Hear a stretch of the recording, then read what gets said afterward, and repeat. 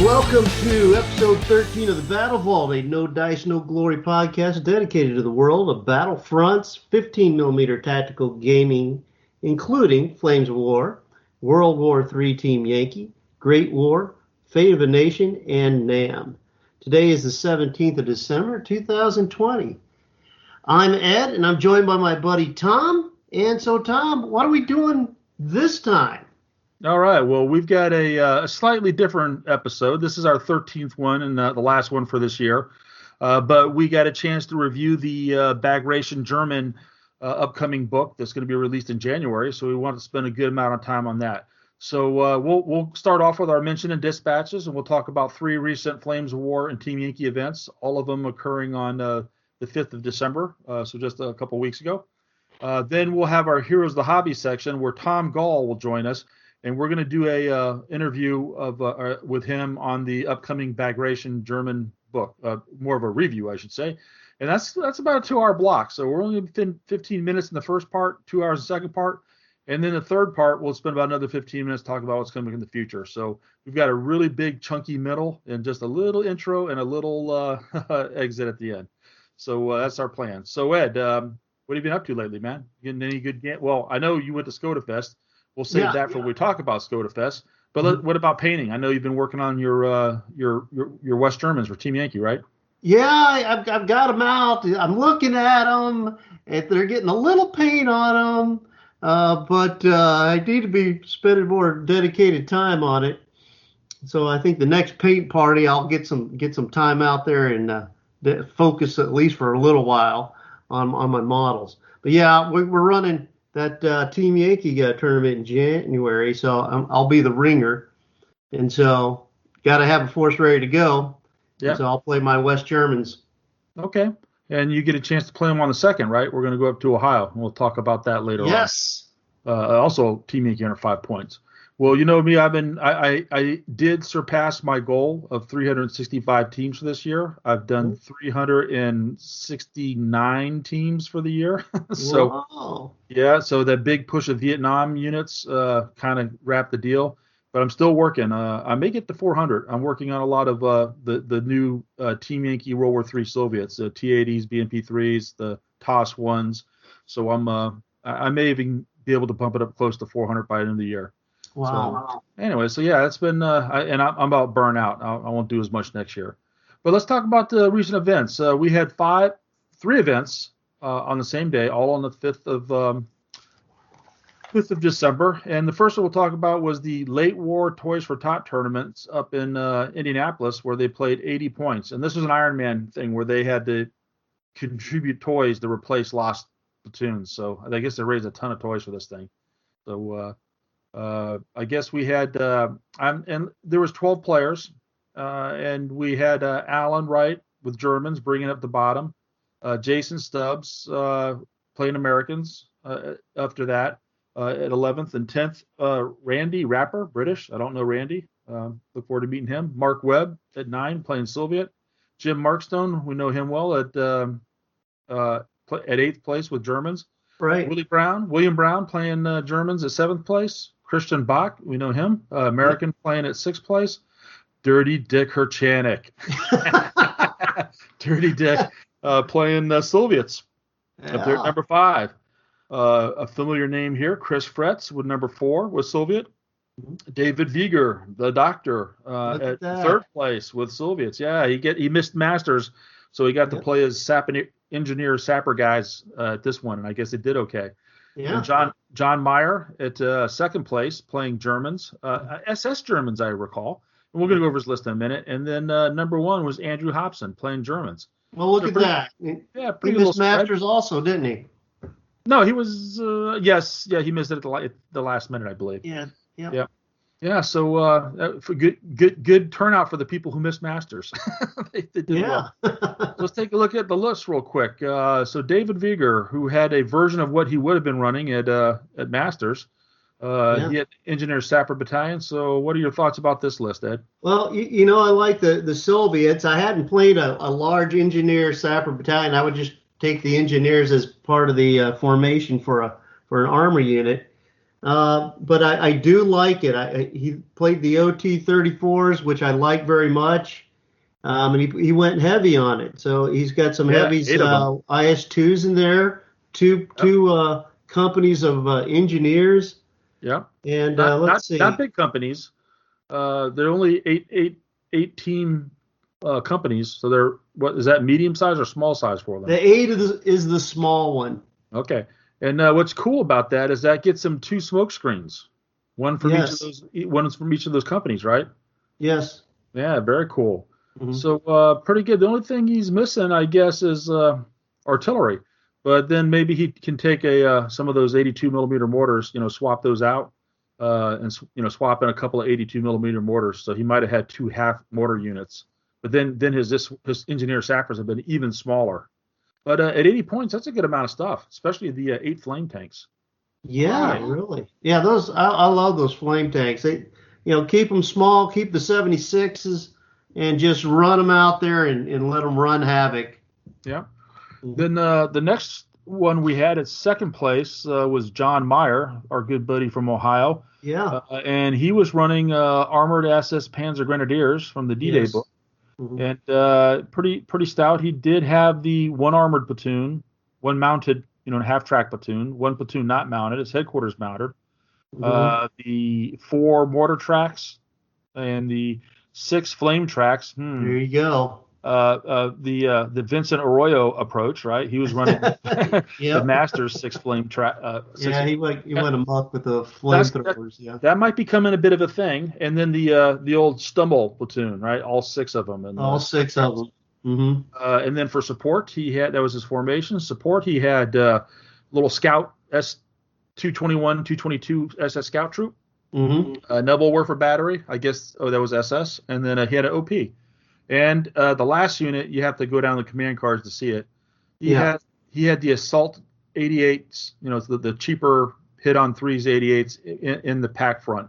So we continue to see pack front to be a major thing in German forces. And this one has pack front and the flamethrower half tracks.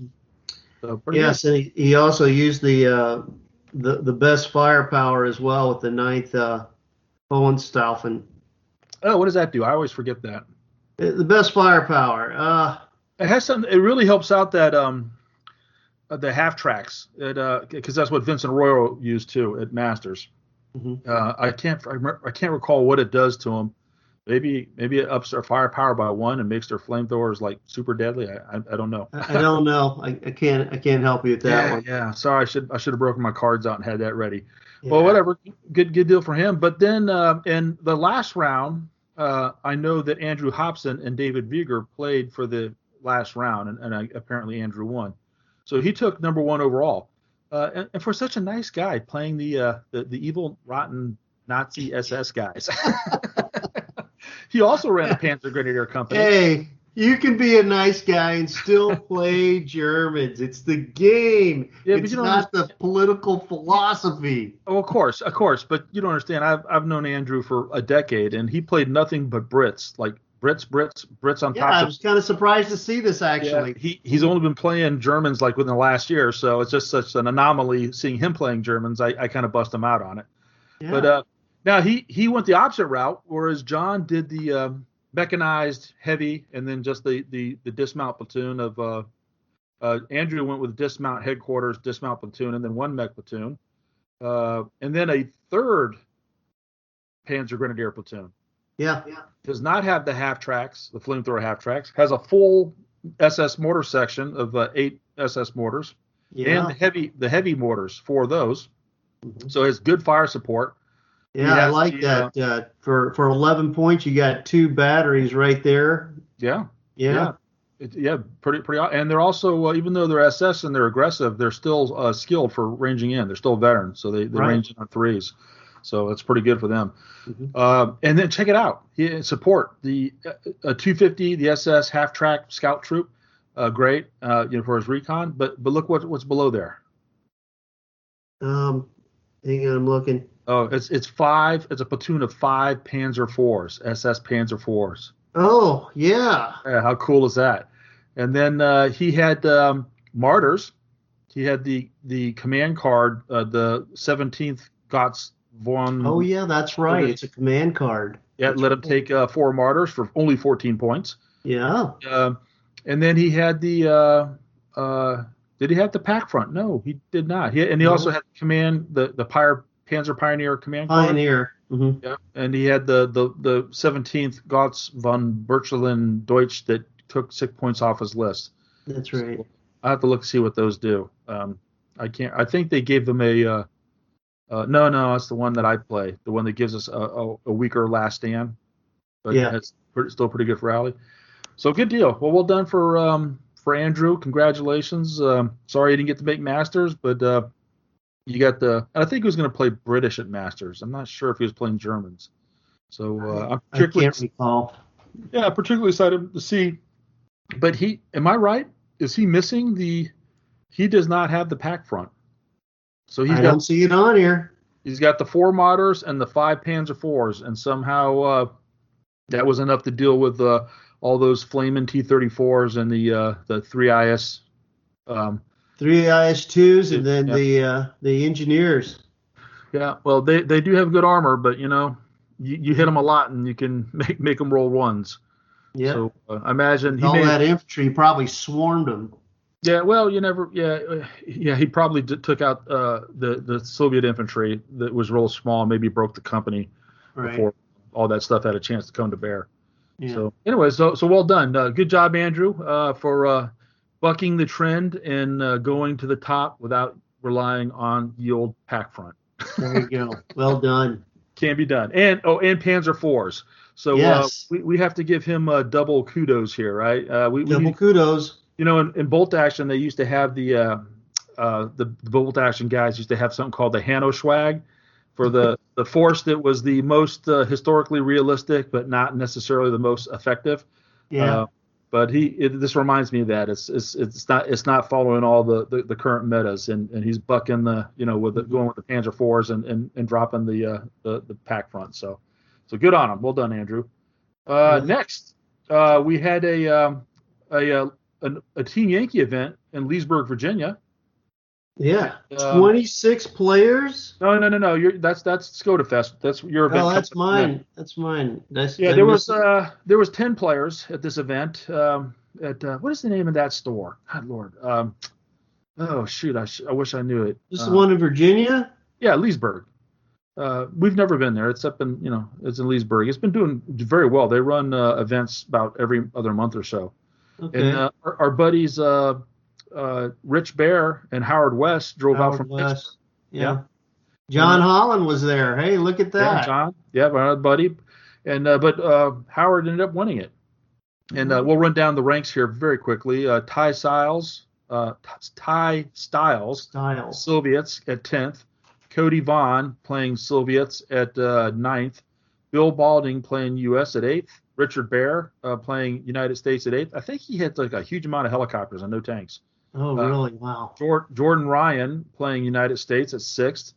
Nick Reed, who won their earlier event, the one they had like a month before with the I think it was a Team Yankee event, a Flames of War event.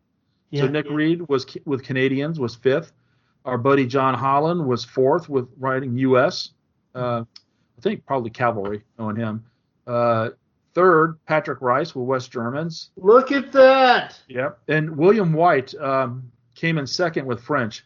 And I got to say, we got a chance to meet him at Masters when he came down. But his French force was beautiful. I saw a picture of it on Facebook. It was just phenomenal. It just was. Look at that. Yeah, we know he's a great painter anyways, but it just looked great seeing all those AMX wheeled vehicles and all the tanks and stuff. It just was a nice, coherent. Everything was matching in camo schemes. Just a beautiful force. But number 1, Howard West with the East Germans, and we do have his list. So let's take a peek. Let's look at that. The East Germans, huh? Yep. He had he actually had 2 formations. He ran a BMP Motor Schützen, so East German BMP was his base force, and he took his support from the East Germans, which is wise. You get better training. How many points was this tournament, Tom? It was the 120. Oh, wow. They were still going on that level. Yeah. And but he also had a second formation with I guess these are Soviet, the T-62Ms, the yes. and with the missile upgrades, Mm-hmm. he got a lot of tanks in there. So he ran the headquarters with a BMP-1, a BMP-2 platoon with 9 plus 1, 10 BMP-2s, a BMP-1 company, with smaller with 4 plus 2, so six BMP-1s. Recon, the BRDM-2s, the Carnations, great choice. The Spandrels, point sync, but you never know. Shilka, I take them too. They just give up points. Shilkas, great guy to have them for the ADA and also policing up infantry, and Gaskets, 4 and 4 of those. So pretty stout basic motor Schutzen battalion. Then for East German support, another battery of Carnations. So this gives them 2 artillery units and a BMP observer. And then his second formation was a T-62 formation, and it had a headquarters with the T-62M. Then he had 1, 2, 3 companies of 6 T-62Ms apiece. Now they're not heavily armored. They only have like 14-point front armor, but they have like AT-21, and they had that missile which he upgraded the. No, he did not upgrade the missiles for those things. They did not have the missiles in there. No upgrade. And check it out what he had with his So and then that formation also had its own recon and its own anti-aircraft and other 4 Shilkas, but then it had a BMP motorized rifle company with that force too, and it had another 10 BMPs. Now these are Soviets, and know what they have there? That last upgrade. What? He has the RPG 7VR, so that's the super RPG. So he was already using the new book, the new Soviets. Oh, wow. So, yeah, he probably was one of the first people in the country to get a chance to play him. So I'd like to know more how it went for him, but he did well. Well, sorry, folks, that was a quick kind of run through, but Ed and I are on a tight schedule to keep this under the time limits, and we did not want to cut away from our second portion any bit. Yeah, so we'll take a break and come back, and we'll hear what Tom Gall has to say about, and Ed and I will join him in the discussion on taking a good hard look at the Bagration German book to be released next month. Looking forward to that. Yep, I'm looking. I want to listen to it again, even though we already recorded it. All right. Speedball is lame. Hard Knocks Games is awesome. You can get board games, trading card games, role-playing games, hobby supplies and tools, Gundam, Warhammer, and more. Find us on Facebook or hardknocksgames.com or visit us on the Dixie Highway. All right, everybody, welcome back from the break. And this episode's Heroes from the Hobby segment, we're lucky to be rejoined by Tom Gall, who we interviewed earlier in this year. Tom Gall is part of the Minnesota gaming group up there in the Great White North, and I guess it is starting to snow up there, right, Tom? No, actually, it's been above freezing, so no snow. We are blanked. Well, we're glad to have you here, and we brought you in specifically for this session because you are writing an article on the new book that is being released next month, the Bagration German book. Yeah, I'm very excited to get the article out and get all the information out to everybody, and delighted to be here. And that'll be on NoDiceNoGlory.com. And if you're listening to this podcast, by that point, that article will already be posted. And I'll be doing a companion article on the command cards to follow that. So we thought we'd go ahead and take some time to talk about our observations so far and get some of Ed's thoughts on it as well, since he's been big into the East Front gaming in particular. So it's kind of what we thought about doing. Yes. Like okay. Yeah, it sounds like a good plan. I haven't been able to take a look at this too much, but I think you guys have had more of a chance to do so. I want to hear your thoughts on this. Well, so what do you guys think? Overall, love what I see. I mean, I think there's lots to be excited about here as we kind of go through piece by piece. Oh yeah, definitely. I was wondering because after seeing the D-Day Germans and the SS at it, what's new out there? What is out there that's going to continue to expand the German universe? And I think they've done a pretty good job with this. I know it's not going to be something, obviously, I guess we'll get to the King Tiger, but the King Tiger's not here. Probably most people already know that. So that's going to be somewhat of a disappointment, but there's plenty of other things in here to be excited about. And I'm certainly interested in what this book has to offer. In particular, And I don't have an answer for this question yet. Maybe we may not know the answer for several months now. But apparently the meta, air quotes meta, for Flames of War Germans, at least right now, is 1/16th Panzer Grenadier Force backed up by the pack front. That seems to be like a very consistent gaming winning combination in a lot of tournaments. Is there anything in this book that's going to displace that meta? So that's my question I have going into this, and I'm not going to answer it now because I can't. Yeah, time will tell, and hopefully we all get to play in some tournaments really soon so we can figure that out. Oh yeah, no doubt about that. So what's in the book overall here, Tom? Okay, let's kind of look at things at a very sort of high level. So we'll kind of roll through each one of the companies. So first things first, we've got the Bog Standard Grenadier Company. This is, if you look at the Waffen-SS book and of course the D-Day German book, they don't have the Grenadier Company in there. So now we finally get to see what is a Bog Standard Grenadier Company. We have a Storm Grenadier Company. So I think that's going to be a fun one to spend a little bit of time on as we're going through things. We have a Stug Assault Gun Company. We have a Hetzer Tank Hunter Company. That's going to be a fun one. Yeah, first time we've seen that in Flames of War in any version. Yeah. We have a Tiger Tank Company. Probably no surprise there. Then we get into a Panther Tank Company. We got a Panzer IV Tank Company, and then there's a section called the Battles for Hungary when we pick up a Feldherrnhalle division, which is made up of the Panzer 470. That's totally new, of course, to it for Fleet War, at least for version 4. Well, totally new as a company. We had it as a platoon before, but this now you'll be able to take it as a formation. Yeah, exactly. And then keeping rolling forward, we've got the Armored Panzer Grenadier Company.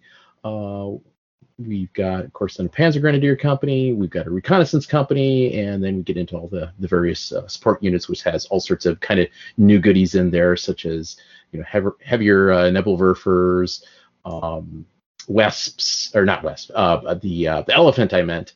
And we get into the heavier Nebelwerfers, Panzerwerfers, which of course are armored Nebelwerfers. So lots of goodies. Well, cool. Well, let's focus on what's new and kind of work our way through it. How's that sound? Sounds good. All right. So we first have the Grenadier, the Bog Standard Grenadier. So these are not the Beach Grenadiers that we had before. Similar organization, but difference in stats. I think the first thing that jumped out at me was that they have the Panzerfaust mandatory. So you will buy the 2-point upgrade for the headquarters, and you buy the 2-point upgrade for each of the platoons. That's no longer an option. That is now a requirement because no self-respecting German would be moving around 1944 without a Panzerfaust. Given how many that they were making and how aggressively they were issuing them in the field, it's probably more than appropriate that when you get into a Grenadier platoon, you're going to get these things for free, so to speak. Yeah, and they only have the MG42 K98 rifle combos, and they're a bit more expensive than the Beach Grenadiers were in D-Day Germans because their stats are better. Right. They're careful, so hit on 4s. They are veterans. They're not green. And they have the last stand, for the Reich, the 3+ last stand, and otherwise we're confident. So significantly better troops, but so instead of paying 4 points, it's really, technically it's a 3-point upgrade, right? A 3-point cost because it was 4 points for the unit before, which was dirt cheap, but then the Panzerfaust made it 6 points. And so now you're basically paying 3 points per unit to get those improved stats, which is pretty good.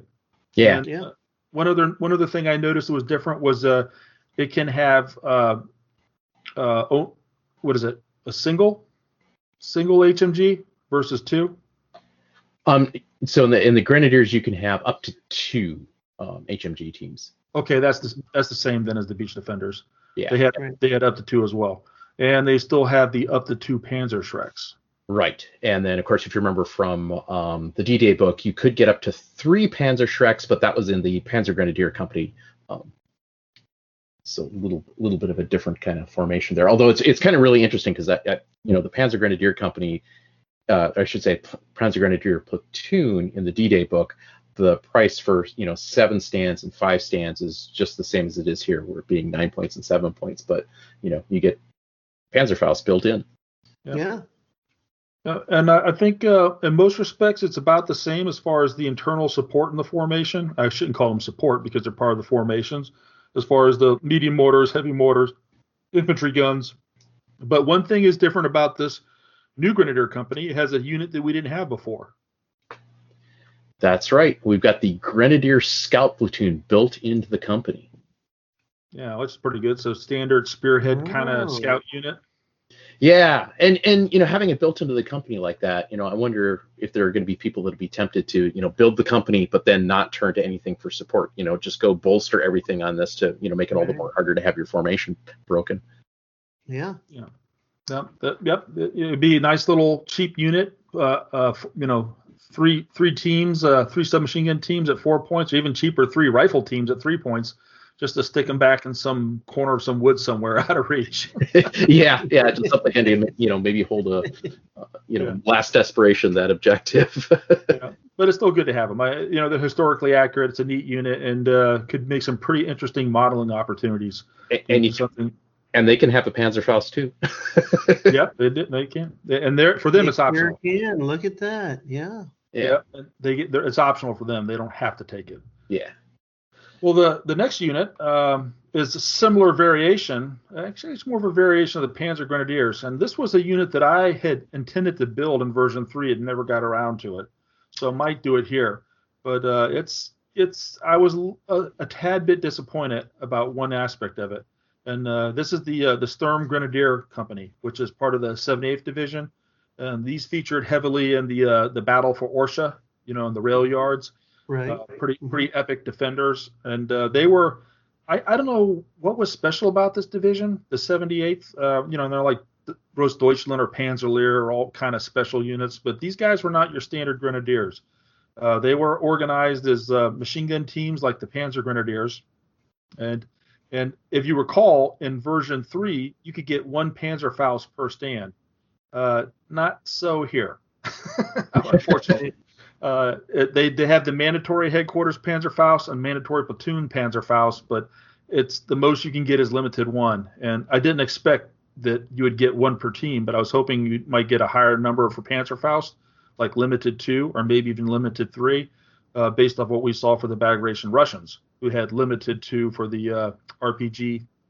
What was that for? RPG 6 or 4? 6. 6. Okay, yeah. Mm-hmm. So I was hoping for that, but other than that, they're pretty much. I think even though they call them Grenadiers, I think they're more in line with the Panzer Grenadiers because they're MG teams. Yeah, they're MG42 teams, and that halted rate of fire 3 and moving rate of fire 2 is nothing to sneeze at. No, not at all. That's good units to have. That's why people have been playing the 116th so much. And one thing I do like about organizationally in the formation, it has everything you'd expect to see, including the scouts that we saw in the standard Grenadiers, and the heavy and light mortars, the infantry guns. But this unit also can take an AT unit. It doesn't have the 50 millimeter AT option. It only has the 7.5 centimeter, the PaK-40s. But it can take 2 units of those. Right. Within the formation. That brings my attention back. And if I'm not mistaken, I think we might see some command cards that might help out with this later on. Yeah, we'll get to. Hold that thought when we get to the command cards. Yeah, and I actually still have the models. I bought one of the Sturm 78th Sturm Grenadier Division box sets back in the day, and I have them primed and based and ready to start work on. And they've been sitting that way since version 3. Yeah, they've been sitting that way probably for like 5 years now. So, yeah, that's cool. It's all right. We all have those deep, dark projects in the back of our closet that we just haven't quite gotten to yet. Yeah. So this is a formation I'm interested in. I think having the 2 units of PaK-40s within the formation gives it something unique that's different from the other, and certainly. Being able to having those and all the MG teams, you're set for the armor and set for the infantry. So you're pretty good defensive force here. Yeah. And then if you want to go on the assault, then we go to the next unit. Yeah, let's talk about the Stug assault gun battery, because it's it's not just Stugs as you've known them. There's a little bit of a twist with this one. Yep. Ooh, Well, what is the twist? It's the escort platoon. Oh, okay. I thought there's something in the Stugs itself. Okay, so tell us about this escort platoon. Well, so the concept of the escort platoon is that they can be tank escorts, so they get to ride on the tanks. So the idea, of course, is then you got a better close assault with these guys. Mm-hmm. Yeah. Now I tried that unsuccessfully at Masters. I bought the upgrade card for the Tanko Descentniki for my my SMG, my motor, my guys to ride, but I couldn't pull that off successfully. I only was able to charge off the vehicles once, and then it was beaten back. Too many hits in defensive fire. So, but I want to make that work. It's such a cool concept. Well, it is, and the way that they've rated these guys is they've got this Tank Escorts Assault 2+. So that's nothing to sneeze at. On the other hand, if you're gonna get into the smallest version of it, that's 7 stands at 9 points. Yeah, they're pricey, but also they have that assault rifle, the STG 44. Sturmgewehr 44. So they're rate of fire 3. They're essentially they're on AK-47s. Yeah. Rate of fire 3, moving, and range of 8. So pretty awesome. Still rate of fire 1 pin though. Yeah. And as you mentioned, they hit on 2s in assault, which is just ferocious. But no Panzerfaust option for these guys. No, that is one thing that's kind of a little surprising. Yeah, so you don't want to have them trying to hold off tanks or assaulting into tanks, that's for sure. No. But they'll certainly hit a lot with that 2+. Almost every team's guaranteed to get a hit. Yeah. If you can pull it off, these would be deadly. And I've been wanting to do that. Move up behind a smoke screen, move forward and with the vehicles, and then dismount in the assault phase with the infantry.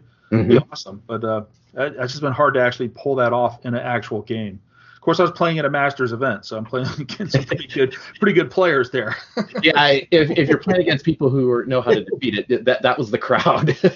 yeah, that may have been it. I was a little disappointed in the Stug platoons that they max out at 3. I guess that's historically accurate, right? That's what we saw in for the Stug units out in the Western Front too. Right? Yeah. 3 platoons of 3, a single Stug in the headquarters, and this would be the Stug assault gun company that would be attached to a grenadier division.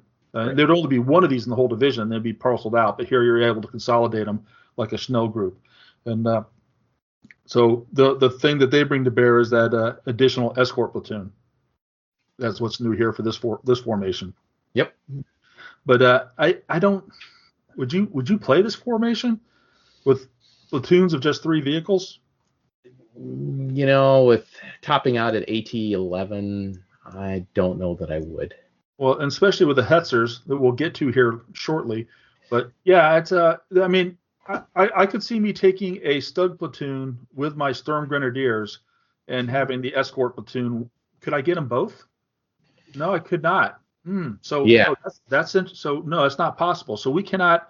If we took a Stug platoon from this formation to support our Sturm Grenadiers, we would not necessarily be able to take the escorts with them. Yeah, we have to have this battery. That's exactly right. And I think the other thing that's kind of a major bummer about this is okay, so you want to assault with this sort of thing, and that means you're probably going to be in those situations where you need to cross check to get into assault, and of course you're on Stugs, so your cross is a 4. Right. Oh, wow. Yeah. So. Right. Yeah. And so the smallest we could get away with is if we went with the headquarters for 6, 2 platoons at 16 points each. That's 38 points, plus the 9 for the smaller of the assault units, escorts.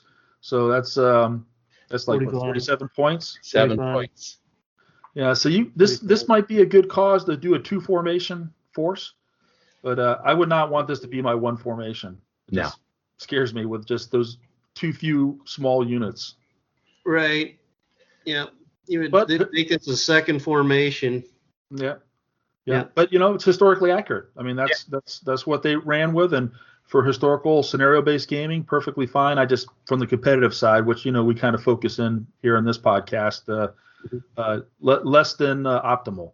But then we get into something we might see a bit more of. Yeah. Especially in two formation forces. Yeah, I'll talk about the Hetzers. So the new Hetzer Tank Hunter Company. Kind of a smaller company in so much that there's just the HQ and then 3 platoons that you can build it out for. Yep. But yeah, they're bigger platoons. They go up to 4 tanks each. That's exactly right. And more or less 4 points a model. Yeah, which is 2/3 the cost of the Stug, right? So that's a 2-point discount per tank. Yeah. Yeah. But then what does that discount cost us? Well, bad news on the cross check. Yeah. What? Cross what? Crossing, cross 5, ouch. 5+, yeah. Your trained skill. You're still careful, which is good. Motivation's 4, that's fine. Last stand still's on a 3. But this is not a unit you're going into assault with if you can avoid it. No, but again, now this formation, 8 for the headquarters, and you have to take both. The 2 unit. There's no one Hetzer headquarters, and then 3 units of 3. That would be 36 plus the headquarters would make 44 points. Right, but only 2 are required, so you could skinny that down to 24 plus 8. That'd be 32. Yep. So you can make some pretty decent. Again, the 2 formation approach. This is where this thing might come in handy. Or of course, just taking a single platoon of 4 of these. Yeah. If you're going to ambush with them, who cares about the cross check? If they're just going to plop in a woods or in a wheat field or something or up on a hill. Yep. I mean, you think about it, it's only the woods you have to worry about, and maybe some streams. That's about the only thing in Flames of War typical games we come across for cross checks. And I guess some fences, hedgerows, depending. People always want to make me take a cross check for a wooden fence. I'm like, what are you talking about? It's a tank. Come on. I think it actually is in that way in the terrain chart too. I think wooden fences, it says you just go through. But stone fences I know definitely do have a cross check. Yeah. But so it could be rough. You get kind of hung up, but it's such a cool little model, and to have it so cheaply. I mean, that's 16 points. Think about it. That's the same cost of the martyrs, right? 16 points for a martyr platoon of 4. Yeah.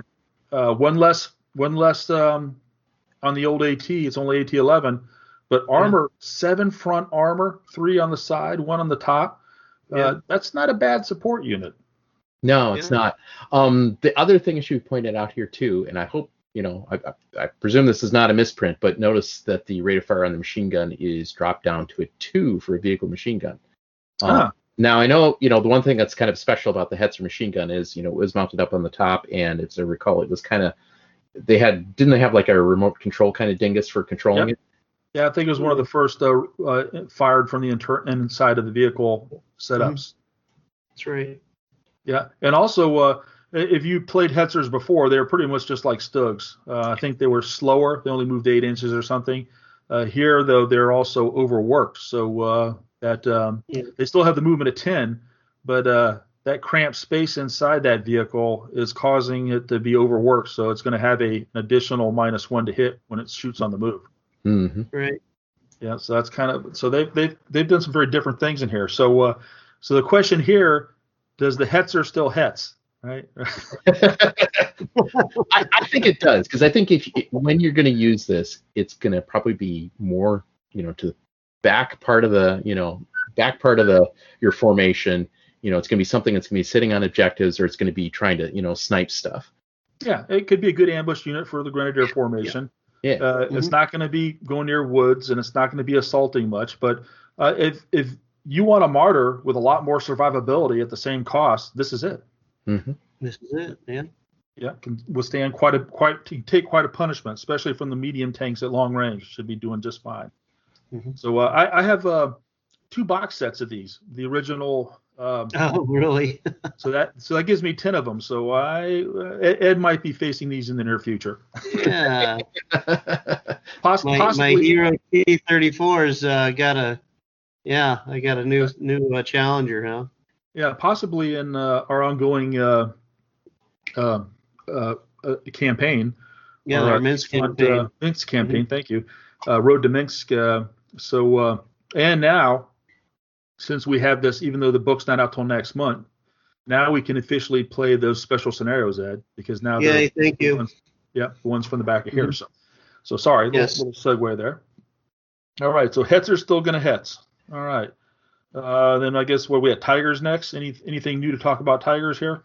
I think the anti-aircraft options are probably worth bringing up here. Yes.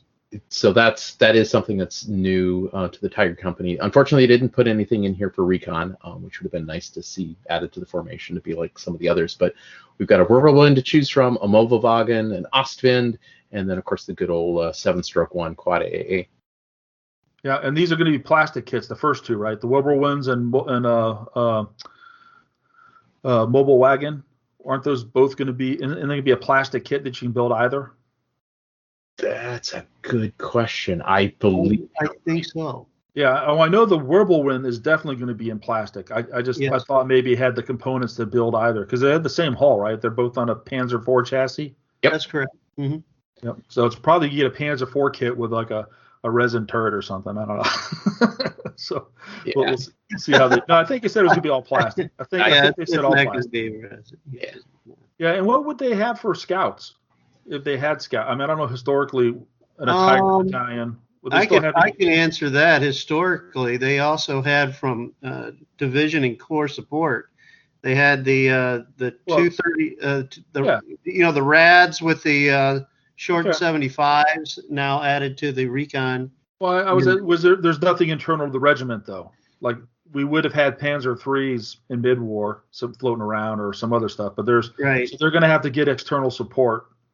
That's correct. Division or corps. There's no Tiger regiment recon. Yeah. Which I guess makes sense too because these guys they didn't fight as a full regiment. They would be the 503rd and they would be split up and parceled out to the various divisions. Yes. They typically have fought, so they would be relying on the the recon of who they're attached to. Yeah, by the time that they got called in to mop in or deal with the situation, the things were already well known. Yeah, well, it's nice they have them both, and I'm glad that they have the 505th, the Charging Knights, and the with the. I hope they bring out those decals again that they had. Yeah. So the 503rd, Tigers. That's who. Yes, that's right. Yeah. Yeah. But other than that, they're same as the D-Day ones. 12 points a pop, same stats. Mm-hmm. Yeah. Nothing new there. All right, cool. Yeah. I saw you talking about heavy units now. I think in this book, didn't they say they were going to bring out the 653rd, the Elephants? Yes, we'll get to that in command cards. Yep, they're coming. Okay, great. Yeah, okay, good. All right, so now we go into the other tank formations, which have something significant here, something new. These are the Panther Company and the Panzer IV Company. Mm-hmm. Yeah, and the kind of the cool thing that they did with the Panther Tank Company is, at least for the required units, the second platoon, you've got a choice between Panther, Panzer IVs, Panzer IV / 70s, a Tiger Tank platoon, or Armored Panzer Grenadier platoon. So it's really kind of giving you some neat build options. Yeah, I agree. And that's what struck me was that, okay, well, now we're getting more towards the prototypical camp groups. Yeah. Right, with the tanks and armor mixed in the same formation, where before, that was external. You had to take it as a support option to get those Panzer Grenadiers in with the tanks. But now you can take the headquarters, one Panther platoon, and Panzer Grenadiers, and then your third platoon would have to be Panthers, and then you have your same anti-aircraft options as the Tigers. Yeah. So pretty good. I think I would like to try that. Yeah. That would be kind of with I think I don't know with the Panthers. I might go with the Panzer IV option. Panzer IV headquarters, Panzer IV platoon, Panzer Grenadiers, and then a Panther platoon as well to give the heavy hitters. Yeah, so that may give us some options, and that may be the thing that helps us get more Panthers on the battlefield. Yeah. Right. Mm-hmm. Yeah. They were the main builds at this time. I'd like to see them more, showing more, at least in our tournaments. Yep. So the Panthers themselves, though, is no difference from D-Day. Still 11 points, still Yep. same stats. Mhm. So nothing cheaper, nor and still front armor 9. The front armor 10 ones are still to come after they fix the shell trap under the mantle, a mantlet. So Yep. all right, Mhm. cool. Then we kind of already tipped into it a little bit. The Panzer IV company, same thing, and this is the one I'm thinking about. Panzer IV headquarters, Panzer IV platoon, Panzer Grenadier platoon, a third platoon then of Panthers, and then maybe some AA units. That might be that might just give the mix it needed to get some Panthers on the board in a reasonable fashion. Yeah, and just looking at this, if you wanted to mix in Panthers, let's see, so 1, 2, 3. So if you did 4, you could do 22 Panzer IVs if you wanted to max it out, I guess. Yeah. Oh, wait a minute, I screwed up. I can't do that. Oh, so what? Huh? Yeah, I can't take the that third platoon. Only the second platoon has the options of being Panzer IV, Stugs, Panther, Yeah, Right. that's right. Tiger, or Panzer Grenadiers. Right. So no, okay, that disappoints me. I was thinking I could sneak some Panthers. Well, maybe I'd have to go with the Panther version then. Panther headquarters, Panther platoon, Panzer Grenadier platoon, AA platoon. I don't know. That's a few less units. Like at least Yeah, a I mean, unit. it comes down to what do you want the theme to be? Do you want it to be more Panzer IVs than Panthers, or vice versa? Yeah. Mhm. Yeah, could be good. Yep. Glad to see that at least we have the mix of the Panzer Grenadiers into the formation now for these two formations. Yeah. I think the Germans were infamous for forming camp groups and special task teams, and they almost never fought pure, right? I don't know. I mean, even in D-Day they should have been fighting task organized. So there should have always, in my opinion, been an option like this in every single one of these books. I know you could always pull in Panzer Grenadiers on the side, but they're now their support. They're not part of the formation. Yeah. All right, cool. All right, let's keep moving forward. Yep. All right. So this gets us into the Feldherrenhalle divisions. So in this case, the very first one is the Panzer IV/70 Tank Company. All right, and this is the poor man's Panther, right? Yeah, it really is, because it's the same AT on the gun with a 14, but of course you got a frontal of 9 now, and a bit cheaper as far as the unit is concerned. Yeah, it's basically 2 points a vehicle cheaper, right? The Panther was 11 points, and these are 9 points each, and same stats except for the assault. I mean, they're careful, they're veteran, they're confident. They have the for the right 3+ last stand. Counterattack's not as good. Again, their assault guns, and their assault is not as good. And that little cross check problem comes up again. What? Cross check again? Yeah. Yeah, cross on a 5. Womp womp. Yeah. But at 9 points a pop, though, they're pretty. And if you get a unit of 4, which they come in for, fantastic a reserve unit. That's 36 points rolling right in, and 1 swell, and probably get an upgrade for the platoon leader. Use a command card, you could probably get up to 40 points. Right, and it follows kind of the same concept where you got the that second platoon. You got a set of choices if you want to throw Panthers in there, or Tigers, or Panzer Grenadiers. You can, instead of taking more Panzer IVs. So yeah, well, it's good, and this will be a plastic model. This will be a new model in plastic. Yeah. Although I have 8 of them in metal. No, I have 10 of them. I have 10 of them in metal. Metal resin. So since we're hitting the 5+ cross check again, so what do you think there, Ed? Does that scare you? Or are you just going to play differently if you take them? Oh wow! These big guns, less money, still got armor. This is danger, man. Yeah, there's definitely a specialist that obviously you don't want them assaulting infantry in the woods. Duh. Well, right? This is a defensive unit, man. This is bring on the horde. Here come the big guns. They're gonna knock me off. Yeah. I can think of so many games where where failed cross checks were just critical. But Yeah. I don't know that. I mean, those were situations that we would not put these guys in. Yeah. I mean, you're clearly not taking these to go assaulting some high-speed infantry all dug into the woods. That's Right. not what these things are for. But if you bring these out of reserve, or you bring them out of ambush into open fire clear lanes, and you pop them into wheat fields or up on hills instead of wooded areas. So unless the board is really super cluttered, I think these are okay. I think I could work around the 5+ cross check. Yeah, you can. Yeah. I got the same situation with the SU 100s there. So Oh, do they have same concept, but I believe with this vehicle you got a 2.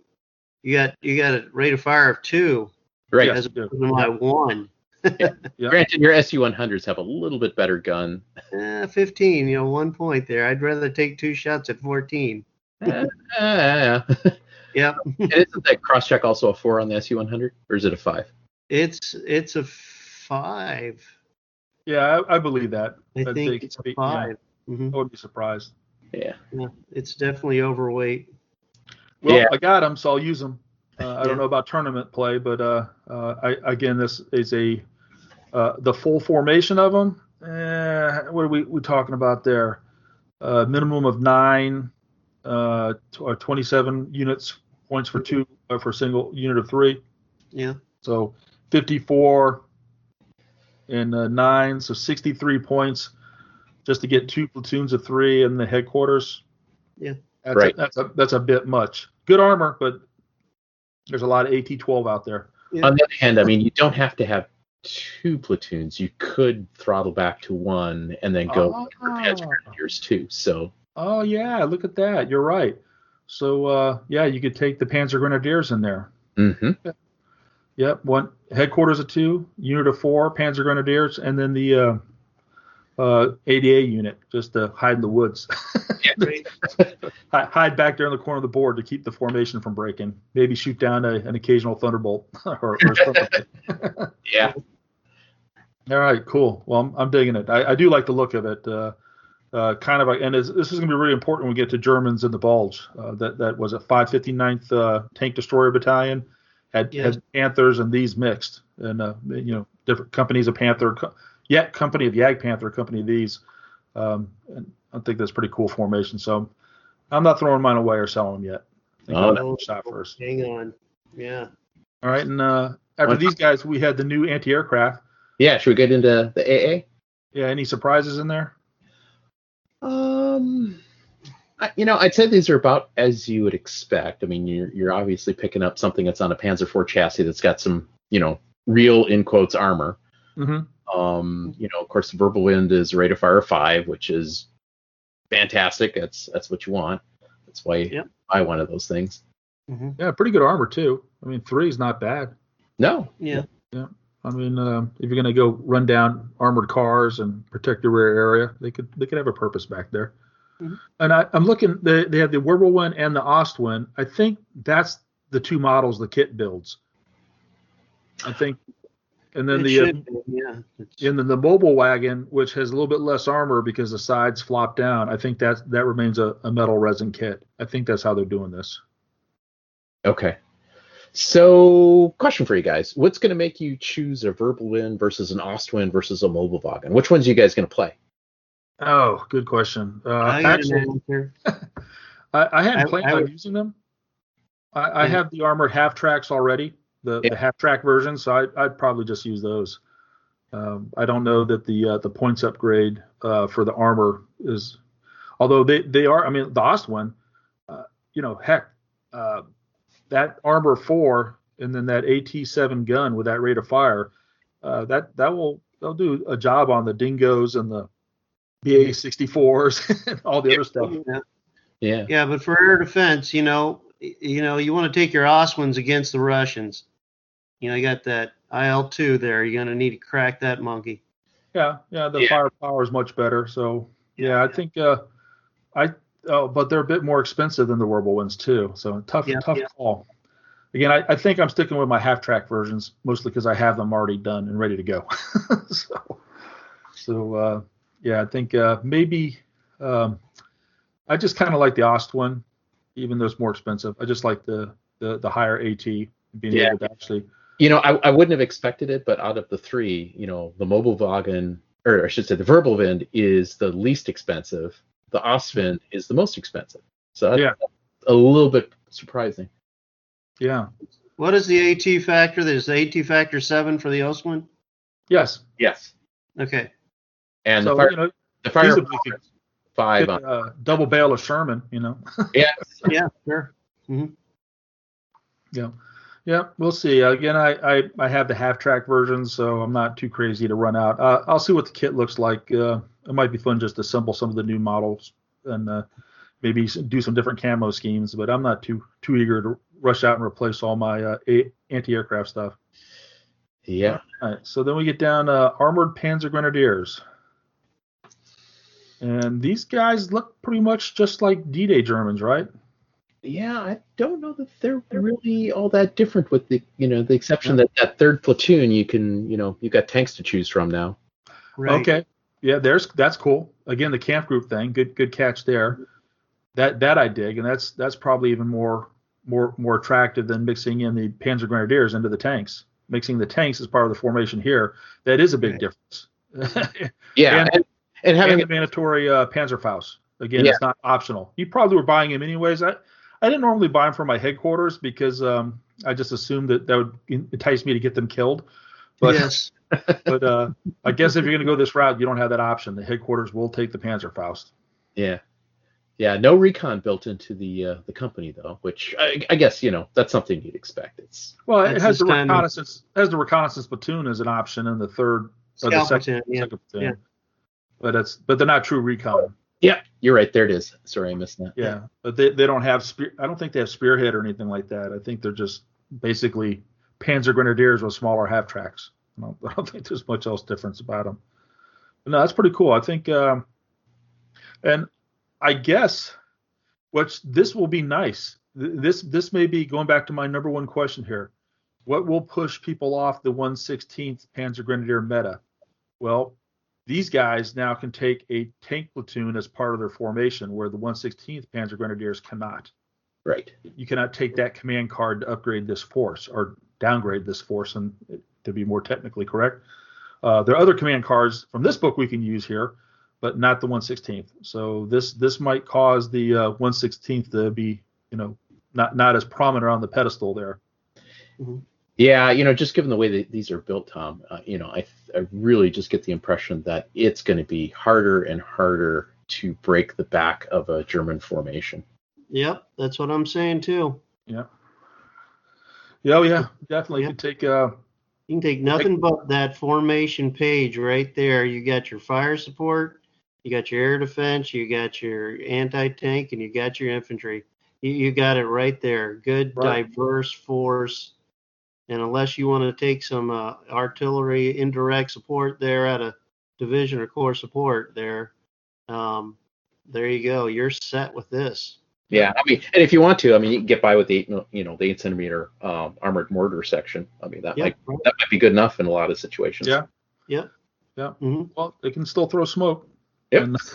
And one thing I noticed, you can't take the Tigers as that third unit in the formation, but you can't take the Panthers. Yeah. So again, this might be something that compels us to see the Panthers more often, because now the Panthers can be a formation unit in this Panzer Grenadier force, where Tigers could not. So it'd be a reason to take Panthers. And you got the Panzer 470. If you can deal with a cross check and the lack of machine guns and assault ability, then it's in there too, if you want to go that route. So yeah, so this could be a pretty strong, and still Pack 40s. Still have those. Yeah. Really take this as your core formation and put some double woofers and support. I think you're about done. Yeah, and flamethrower, armored flamethrowers to boot if you want them. Yeah, and that's I guess Ed, you got a bunch of those, don't you? I do. I got 4. I got 4 of them. So Vincent Arroyo at the Masters run around with a platoon of 6 of them and was just tearing things up. So a man after my own heart. I've got 6. I think I need to relook those. Personally, I didn't like them. I didn't like him in the past because I didn't like the white gloves that they wore. The crew guy, I don't know, thought they were kind of goofy looking with those tubes hanging off the sides. Yeah, I know. I just thought they were goofy looking with those. They look more like fire trucks than flamethrowers, but Mhm. but I'm gonna have to give them a little bit more respect and maybe possibly try some out myself. Yeah. That's cool. I'm digging it. I think I'm and I was just thinking too the other day as I was starting to read this book. I don't have any late war Panzer Grenadiers. I have mid-war Panzer Grenadiers, with gray half tracks. So maybe I'm due. Just Mhm. more pieces of transports. I already have the Panthers. I already have a lot of the stuff. And boom, off to the races. Yep. All right. What else do we got in here for them? We got the new Recon, I think, is the other big piece of this book that we might want to look at. Yeah. Let's talk about the Recon Company. Right there. Yeah. Okay.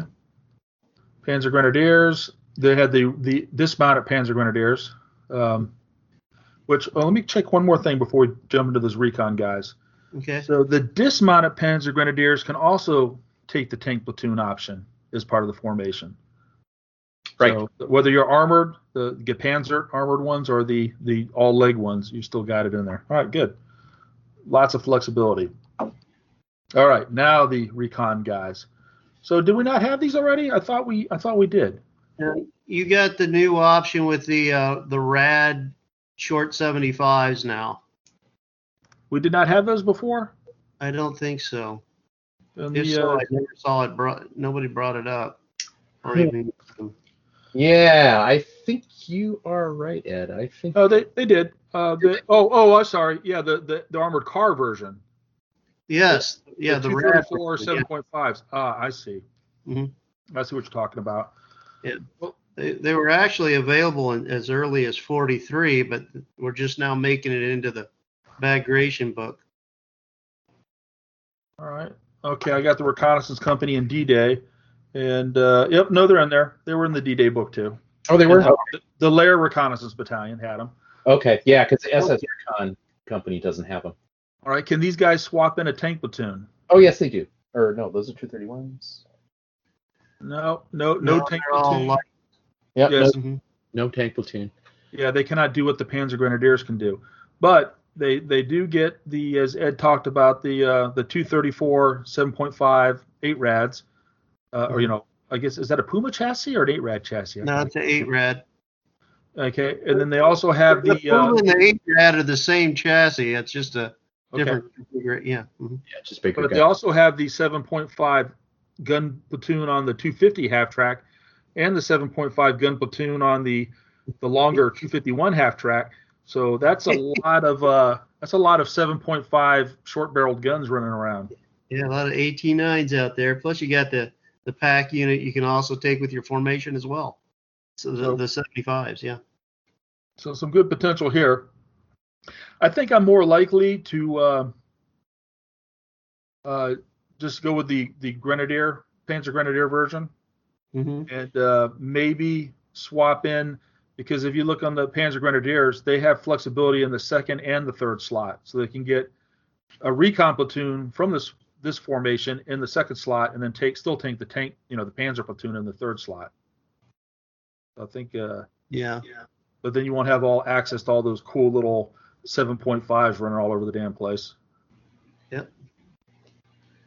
And they have up to 3 in the short ones, 3 in the wheeled ones.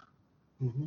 Yeah, it seems like it's pretty common. It's all 3s. Yeah, and then up to 4 in the regular Panzer Grenadier, the 251 bed ones. Mm-hmm. So all right, so basically, this actually, as I'm looking at the 2 pages side by side here, it has the exact same force schematic. The difference is it has a third option now in the Puma reconnaissance.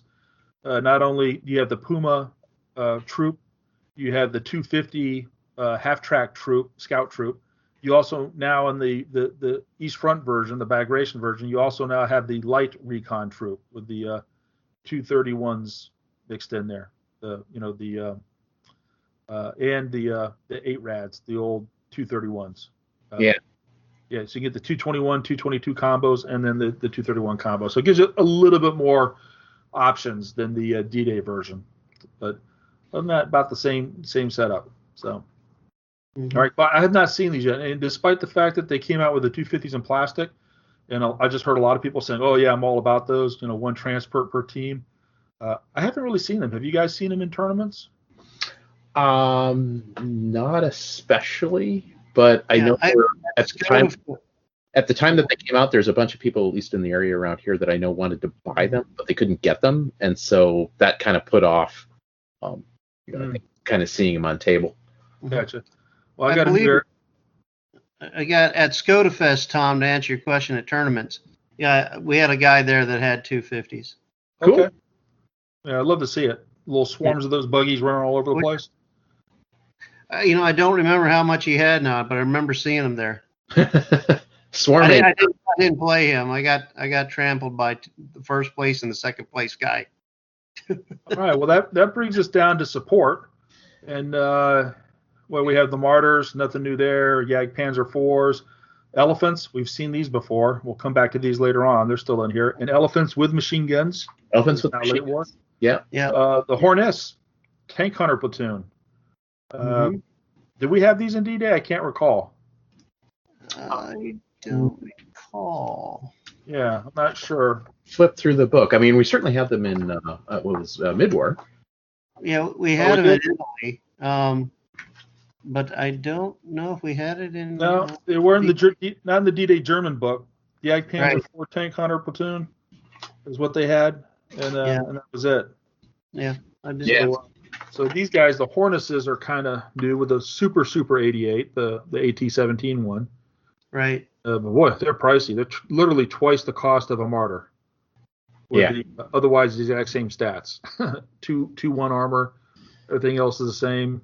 Still have a machine gun and still forward firing, but they have that big honking telephone pole. Yeah. The mantlet. 48 inches of reach out and touch you. That's a lot. What do you think? A unit of 3? I mean, 32 seems so pricey, but maybe 24 points. Leave them back in a ridge, back at the rear of the board, and use that range so you always have the concealment and the range to make up for the lack of armor. Yeah. I mean, at least if you do get hit and you somehow manage to survive, you're remounting on a 3. So. Yeah, not too bad. I think I haven't seen them yet. Maybe people are just too concerned with air attacks or something coming in and chewing them up from the sky or maybe even artillery with the top armor 0. But they have some potential with that gun. Yeah.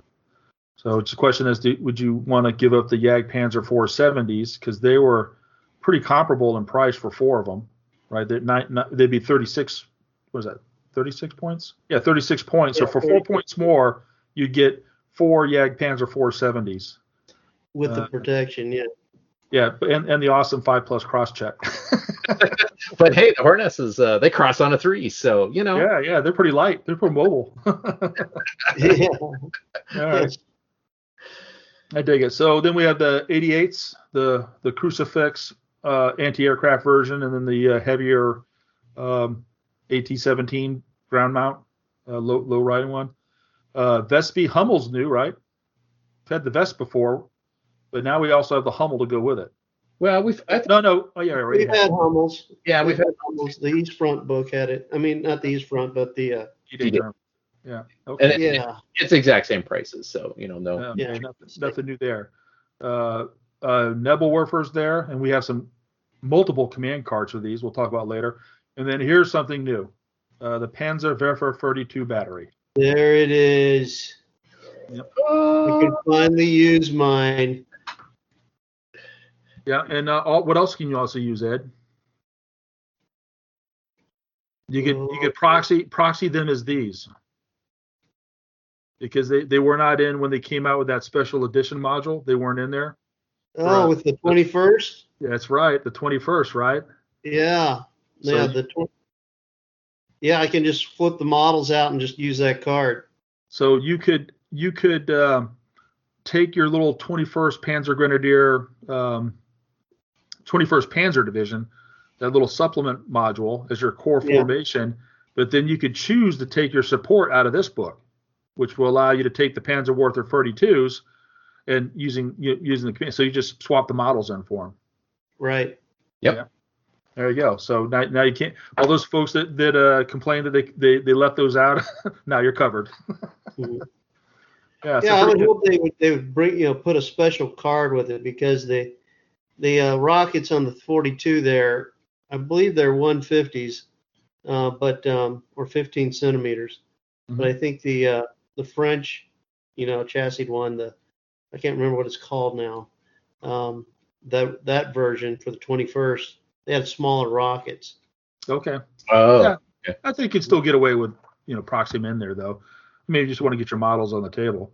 But Yeah. and would you put these on the table? They're 8 points for 2 and 16 points for 4. So that's I think reasonable, right? Yeah, Uh, it is. 12 Hummels sorry, 12. 3 Hummels are 12 points, so they're 4 points a pop, and these things are roughly 4 points. So they're the exact same cost per unit, but these guys fire a salvo template, Yes. and Yes. they're armor 1, and they have machine guns too, so they can defend themselves. If infantry come poking around, and I True. guess technically they could fire their machine guns in defensive fire and still bombard the next turn. Because they're 2 different weapon systems. Mm-hmm.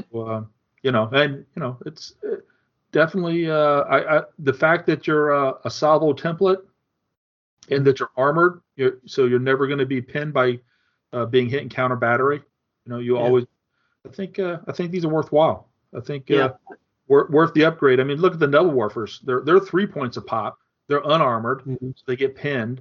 They have no mobility, no machine guns, and for 1 point more, you get armor, mobility, and machine gun. I think it's a bargain.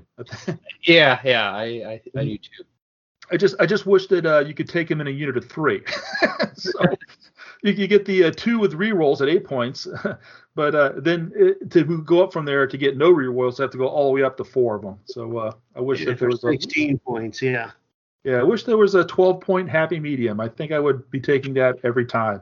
This one now, probably going to take them, but am I going to take the 8 points of the rerolls, or can I afford the extra 8 points to double them up and get the normal lack of rerolls? Yeah. All right, continue on. We got the OPs, the tank version, Panzer III version, and the 250 version. Yep. Rumbar platoon. Yep. Now, one thing here too, which I always want to check closely now, is when they put in these requirements for you must field, is there anything that's in here that? So they got the Panzerwerfers because I think that this hit us in Team Yankee one time where there was like one thing that if you selected that type of artillery you couldn't P for. The new TOS-1 for the Soviets. Yeah. Does not allow you to take the observer. You have to take some other artillery unit to get the observer. Yeah, so it doesn't look like we got any of those kind of gotchas waiting for us in the weeds. No, they can pretty much spot for any of the. Well, you have to take a real artillery unit to get these. That's what it comes down to, which includes the Panzerwerfers and the regular double Werfers. So. You can't do mortars or anything along those lines. Yeah, but Brumbars, they don't get you the observer. They're not in the category. There we go. Yeah, the Brumbars. So they're the next thing down. So Brumbars, which I still have not seen anybody use. I've got a rehab. I bought some ones that were gotten part of a trade that just needed to be. They didn't have the Scherzen and they were kind of heavily coated with paint. So stripped them down and I'm going to rebuild them and put Scherzen on them. So oddly enough, I just on a lark one time, it was a gaming night one time. I did field Brumbars just to see. Okay, nobody ever plays these. What are they really like? And oddly enough, it was kind of nice having these guys sitting in the back, mostly acting as artillery until the end. But then as I was getting penetrated, so there was some armor that was pulling forward. And they were getting through my lines. And, having these guys with a front armor of 10 that could kind of sit there and go, none shall pass, even though, they don't have a real gun on them. Right. That was actually kind of nice. Yeah, they had the version 3. I think they were AT-10 back in version 3. then I would be taking them on occasion. I still have a unit. I'm still going to paint them. Still put them on the table occasionally. But in a competition, I'm not taking these over the Panzerwerfers. Yeah. Those. This is more for a historical kind of match. Yeah. We in the tournament that we had in November, Tom, here at Hard Knocks Games, we had one guy that in my first game that I played had a group of 3 of them. Nice. Yeah, well, at least they had that option. You don't have to just go from 2 to 4. At least they had that one more bump to get the no rerolls. So that's pretty cool. That's pretty. Yeah, I couldn't kill him. I was playing British at that time, and I had the 17-pounder M10 version. I can't remember. Achilles. I had the Achilles. And he was that. I killed 2 of them, but that third one I kept bouncing off of him. I couldn't kill him, and he survived the game with it. So, well, range will help that. And we have after the Brumbar standard anti-aircraft half tracks, which the quad and the single 20 millimeter. No 37 millimeter half track anti-aircraft yet. No, that's a bit surprising, isn't it? Because we should be seeing that by about now. We have it in the Ostwind and the mobile wagon, but we don't have it. So I guess you'd have to use the mobile wagon. If you have the 37 millimeter half track, you'll just have to use the mobile wagon card. I mean, it's similar enough. I think you could, fudge that and put it on the table. Sure. Some of my half tracks are 37s. Stukas, right? Standard bomb Stuka and the 3.7 gun Stuka, and that's about it. So cool. So we should jump right into the command cards. Well, there's one thing in the back of the book here that I kind of bring up. This totally grabbed my attention when I saw it. And so as with the other German books and other books, they've got their own set of missions and all that kind of good stuff. That's neat. But then tucked away on page 85, we've got a reference to Bagration Firestorm. Dun, dun, dun.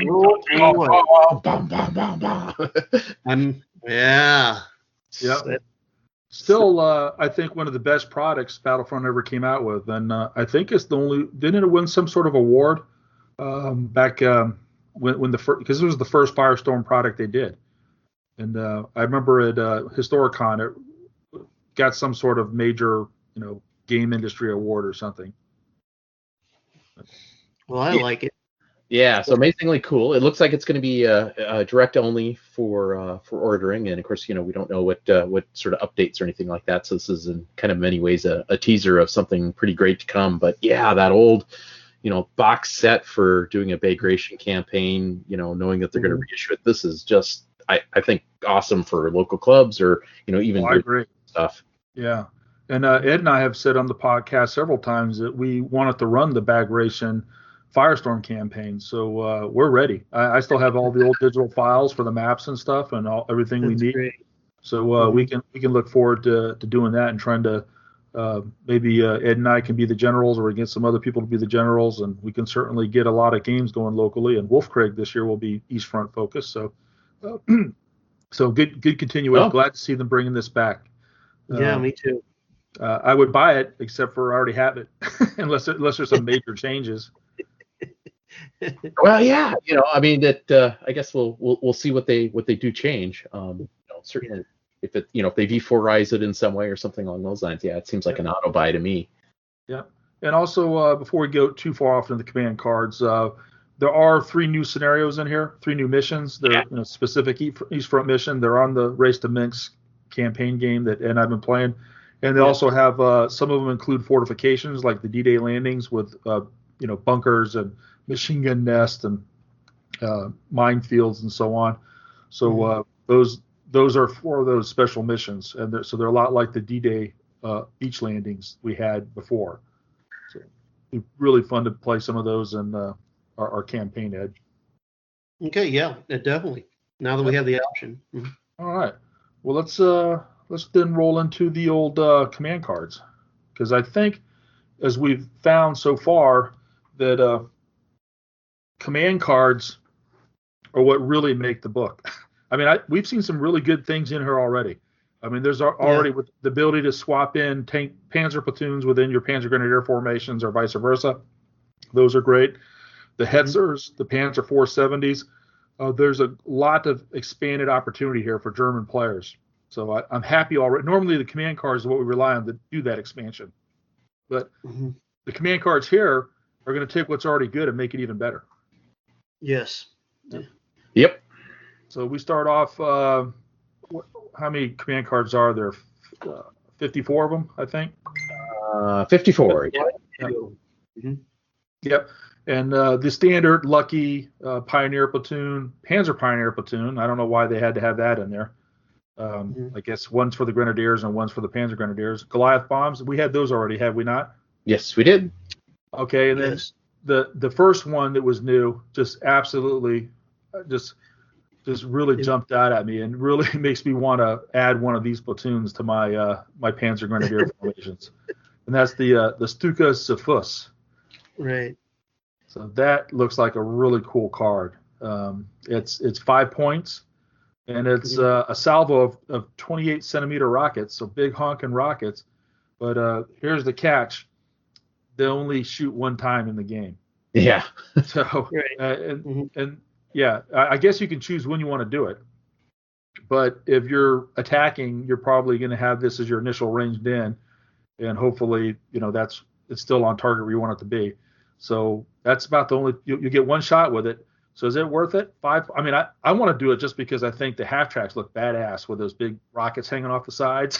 I think we just want to model that unit anyways. Yeah, but it's and it's AT3 firepower 2. Yeah. And presumably, again, this is what I'm thinking. This is your initial bombardment. This is just your pre-ranged in marker using the first turn only. Right. That's 5 points. That's a whole unit worth of. I mean, we could have mortars. We could have all sorts of things for 5 points.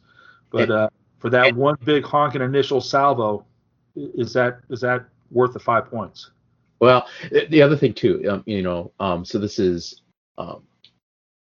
for each one of the 251s in your platoon. So you're looking at 3, 4-ish vehicles. So that's a 4 model right bombardment. So you're not going to be in a situation where you're re-rolling. No. Or causing them or being able to re-roll misses. Right. No, but they will be re-rolling saves if it's if it's a pre-ranged in marker. Right. And that's pretty much all I would be, because after this I think I'd be moving, shooting, and fighting. Yeah. So I don't know. I'm kind of I wonder if it was just a little bit too pricey. I'd love to try it out. I love the idea. I love that they've done something totally new with a command card. I'm just wondering about that 5 point price point. If that's really going to be enough to entice me to. I mean, if it was 3 points, absolutely. But 5 points, like man, that's a mortar section that could be shooting all game long. Yeah. And putting out smoke. This has no smoke, so. This is just that one-time, big, giant woof. It's like almost like a preparatory bombardment is about the only way you get to use this thing. Yeah. I'm also surprised that maybe at 5 points they should have said each half track counts as 2 weapons firing. Hoo-hoo. Then it would definitely be worth it, right? Yeah, that would be brutal. But, for 5 points. All right, well, we'll have to wait to see what smarter people than us think, whether it shows up in tournaments or not. But I'm tempted. I got to say that. But just 5 points, it's not something I want to try. I guess the fire. So what happens if you fail to range in? Does it not? Let's say you don't use it on turn 1, and you discard this, or does this have to range? It says you fire bombardment, right? So I guess you have to range in. I would. Yeah. Yeah. If you fail to range in, does it count as you? Is that you shot your 5 points? I don't think so. No. Yeah, that would be harsh. Yeah. So, well, all right. Well, we'll move on from there. But I do love the idea. Well done, Battlefront. A whole new concept, a whole new thing to kind of get in there. Price point, quality to be, whether it's price value is right to be determined. But I love the idea of it. Right. We got armored half tracks. We've seen those. Machine guns nest, pack front, no difference. Puma company, I think pretty much like the same we had in D-Day, and the half track scout company, same as D-Day. Kuba wagons. Yeah, that's new. Yeah, and these are transports, a little more costly at 2 points instead of 1 point, but they do allow something different than your normal standard transport. You guys see what that is? Hang on. It's the save. It's a 4+. Yeah, 4+. Yeah, 4+ save when mounted instead of with 5+. So. Oh yeah. So yeah, that's something to think about. And then if you really like that, for 1 more point, you can go to the Schwimmen wagon, which is exactly the same, except for they schwim. The schwimmen. Yeah, they can go through impassable water as difficult terrain. So I guess they have to do a cross check with the 4+. Yeah. Could they fail? No. They just stop movement. I know. It's a funny question. All right. Okay. Now, Ed, you talked about these earlier, the 653rd. Yes. So the Ferdinands are in the book with machine guns for light war, and now you can take a formation of them with the headquarters, with 1 or 2 tanks at 15 points apiece, and then 2 or 3 platoons of 2 to 4 elephants, and then just the only anti-aircraft you can get is the quad AA half track, the 7 SD KFC 7 /1. So I don't know. Let's see. Super pricey. I was about to say, yeah, because you're talking 75 points to field. 75 points for a formation, yeah. Okay, but let me throw this out at you. So let's say you're a diehard King Tiger player, and you just really want to get Tiger 2s on the board right now. Feasibly, could you not just use the elephant stats? I mean, obviously there's a turret and there's a different number of machine guns, but isn't that close enough? I mean, just to just to have a king, just put your King Tigers in place of these. Yeah, just pretend as you're moving across the table, tanka, If they're just going to sit back on the edge of the board and shoot at long range anyways, I don't really see the difference. but obviously the King Tiger would actually be a little bit more hefty in the assault. So that's cool. Well, good for them they added. I know there's some nutcases out there that will run this. I know. Ed's probably one of them. and those nutcases will probably win a game or two. I wouldn't be surprised. They could be the right tool. There's always a kryptonite for every force out there, and this is somebody's kryptonite. Yeah. So all right, and then here's Noble Warfare upgrade, the 21 centimeter upgrade. Yeah. 3 points. It's a point per battery, or a point per team to upgrade them, and they're 72-inch range, anti-tank 2, firepower 3+. So +1 firepower for 1 point per shooting team. Yeah. And then this next card is the one that really kind of raised my eyebrows, because it's the 30 centimeter Nebel Werfers. And, as you'd expect, it's, kind of, 3 more points for 3 gun teams, or 6 for 6 gun teams. But then down in the small print here, it only gets to fire 3 times per game. Yeah. Wow. Yeah, I like that, because the understanding the rule for the version 3 wasn't very good. People would mess that up often. And I like the fact 3 shots, that's good enough. Yeah, that was the one where you had to do the reload token. Yeah. Right. This makes a little bit more sense. But it's the same cost. Okay, it's AT3 firepower 2+. So it's the same cost upgrade as the 21 centimeters. And all you're really getting out of it is 1 more anti-tank. So it feasibly could kill a top armor 1 tank. And that's, so you get the 1 better firepower, the 1 better anti-tank, and your shorter range. I didn't catch the firepower was right. Yeah, the range going down to 56 inches is also kind of. So what happens once you fired your three rounds? You just remove them from the game, or what? No, they just sit there and they don't fire, because they still can be killed for victory points. They can still, they're just there. There's no sent to the rear for them or anything like that. So they just fire 3 times. And of that, they just camp out and make some coffee. Yeah. Yeah. Hey, we're done. Yep. I could. I think I could see myself doing this, just to have. I mean, for a salvo that has a chance, especially against trained tanks. So think about like you're playing against my T-34-85 horde with the 17 T-34-85s. Oh, Yeah. You know, you get this thing on top of them. That's 17 chances. You're going to hit 2/3 of them. So what is that? Just 12, 13 tanks. I'm going to roll some ones in there for you. You know, Well, and then with that 2+ firepower, you will seal the deal. So Yeah. I think I got to say, I think these are worth considering, even with that limited opportunities to shoot.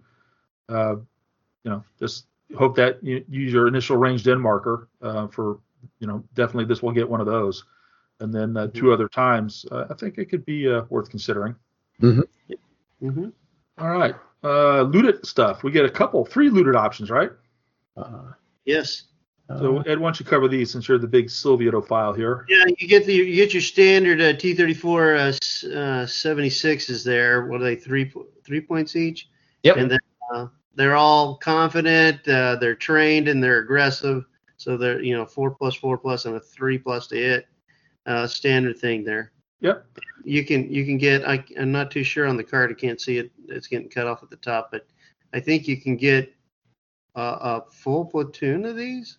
Yeah, so you can get a single one Yeah. for 3 points for 76 or 4 points for 85. Yeah. You can get a looted Su-85 for 5 Yes. points.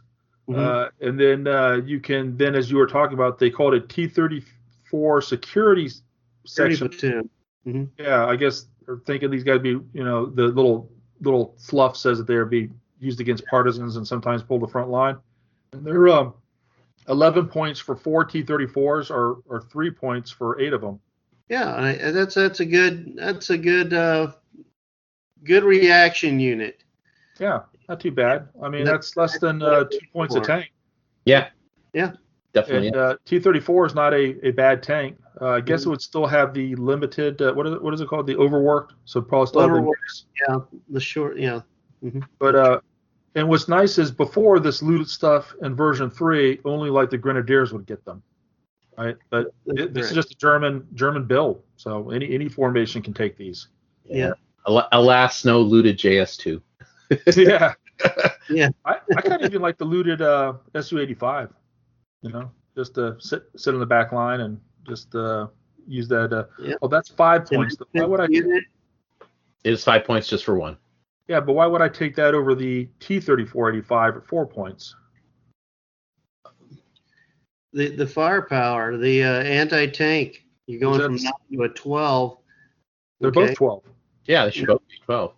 Oh, you mean for the 85, T-34-85? Yeah, right. Yeah, it's 4 points and has a turret and has more machine guns. And is better. Nope, they're both equally the same in the assault, which is dumb. I don't understand that. Better tactics, I think, but I'm not sure. No, they're confident, trained, aggressive, and the T-34-85 confident, trained, aggressive, and so that doesn't make a whole lot of sense to me. You get less armor, same gun, no machine guns, so something's off here. Something's off that we're not catching. Independent. We're not catching it. Yeah. Independent team. Oh, that's nice that the T-34 tank platoon is not independent, so it can go take objectives. That is correct. Correct. Yes. Yeah. So I guess you could win the game with that, couldn't you? Yeah. Yeah. Just a little flanking unit to, take a secondary access. I think these could be. I think I'm gonna have to get myself some more T-34s. all mine are painted as Soviets. I think I'm gonna have to. I think that's an easy problem to solve. A couple of crosses and you're done. Oh, that's right. Right. You don't have to really repaint them. Just put a new decal on them. Yeah. That'd be authentic, wouldn't it? Yeah. It would be. Yes. So, I only have like 36 different T-34 models for World War II, so I probably have a few I could spare. I have 31 early war, and I've got 68 T-34 76s or 85s. Dude, you're sick. You're sick. I just love T-34s. You are so ready for this card, Ed. Yeah, I think it's cool. I think we'll see it. I like the 3 tank version. Again, just as a diversion, just to go push a flank. And I mean, T-34s are fast, right? Don't they? They have a great dash speed. Yeah. Just zip them up the edge of the board and just totally feint away from the main line of attack, and or just go totally deal with those pesky armored cars trying to get in your area. These guys got a lot of use. All right. And now we get into the special formation cards. Yeah, we get into some fun ones here. Yeah, this is where it really comes into being. I think that I thought the D-Day German book was good already. Already I thought it was a win, even before these. And these just take it up yet another level. Yeah. So, Kastner, Kampfgruppe Kastner, which goes to any German grenadier company, lets them night attack, 1 point upgrade. If the defender has minefields, so you have to be an attack mission. 4th Panzer Division Kampfgruppe. What does this one do for us? So you get to replace an armored Panzer Grenadier platoon in the formation with a Grenadier platoon or a Panzer Grenadier platoon. So this is giving you some more options on the build out. Take some slightly cheaper infantry in your tank formation. Yeah, for that second platoon. Yeah, just rifle machine gun guys instead of the machine gun guys. So yeah, okay. It's useful, worth considering. Yep, and it's no points, so you just get to do it. Yeah, it's free. But it does cost you, because if you take this, then you can't use other formation upgrade cards. True, that's true. And so like the 16th Panzer Division rebuilt. So this is a like a 1/16th kind of thing. They drop their skill to 4+, and they save 1 point per unit. So not as good as 1/16th. 1/16th is 2 points, but also drops their last stand. You're right, but it's only the tactics that goes down. Yeah. Only the tactics. Yeah. Yeah, that's worth it. You could take this with any tank formation. So you could use this on your Panzer IVs. It's only 1 point per unit. So this might be something where you'd want to take the smaller point units instead of units of 4, which I normally would do. Take units of 3, so you get more of the discount. Mm-hmm. Yeah. So that 2 points, or if it was 1 point per vehicle, would be all over it. but yeah, really. Yeah, it probably should have been like -1 point for every 2 vehicles. I think that would have been a better way to get at it. But yeah, well, we'll see. But still, it's a way to shave a few points for you. Yeah. It would also apply to your.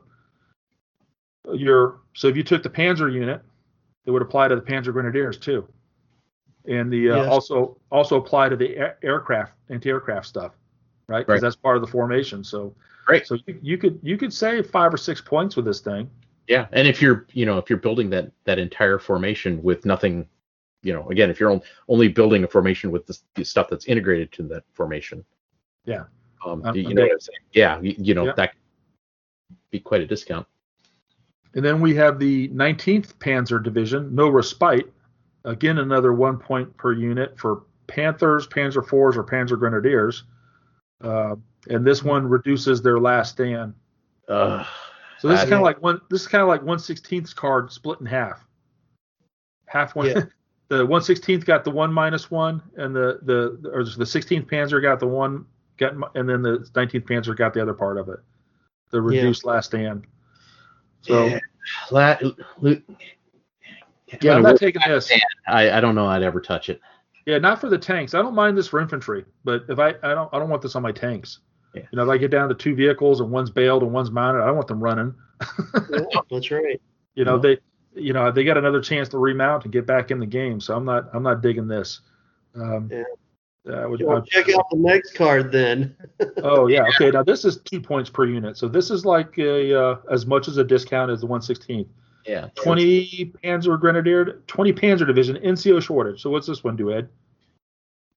This is the one where you get NCO shortage, and so you save 2 points for this one, but now you're not only your confidence is affected, you still have the 3+ last stand, but your counterattack in assaults is kind of messed up, and your tactics is +1 as well. Yeah. So this will unseat the 1/16th, I think. It basically does the same thing, right? But now you can do it with the Bagration units, which allows you to have the tank unit as part of the formation, which the D-Day guys could not get. Right. I think that pretty much seals the deal. I think this will be a possible popular card there. Yeah, I mean tactics. Basically, when the last stand is still good, it's just the counterattack that sucks. Yeah, the 1/16th they have the last stand goes to a 5+. So these guys, that's a little dicey. It's a little dicey because you do have to win on the assault a little bit every now and then. You have to push people off. If you're planning on being a defensive unit, this is the card to take. Yeah, but sometimes you need to.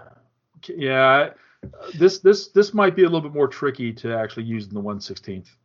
Because, and it's all units in the formation, so there's no doing halvesies or anything like that. So you gotta. No, I agree. I just think that for infantry, I do not care about the 5+ last stand because when I get down to 2 teams, I could care less. They've done their job. Time to go home. For tanks, nah.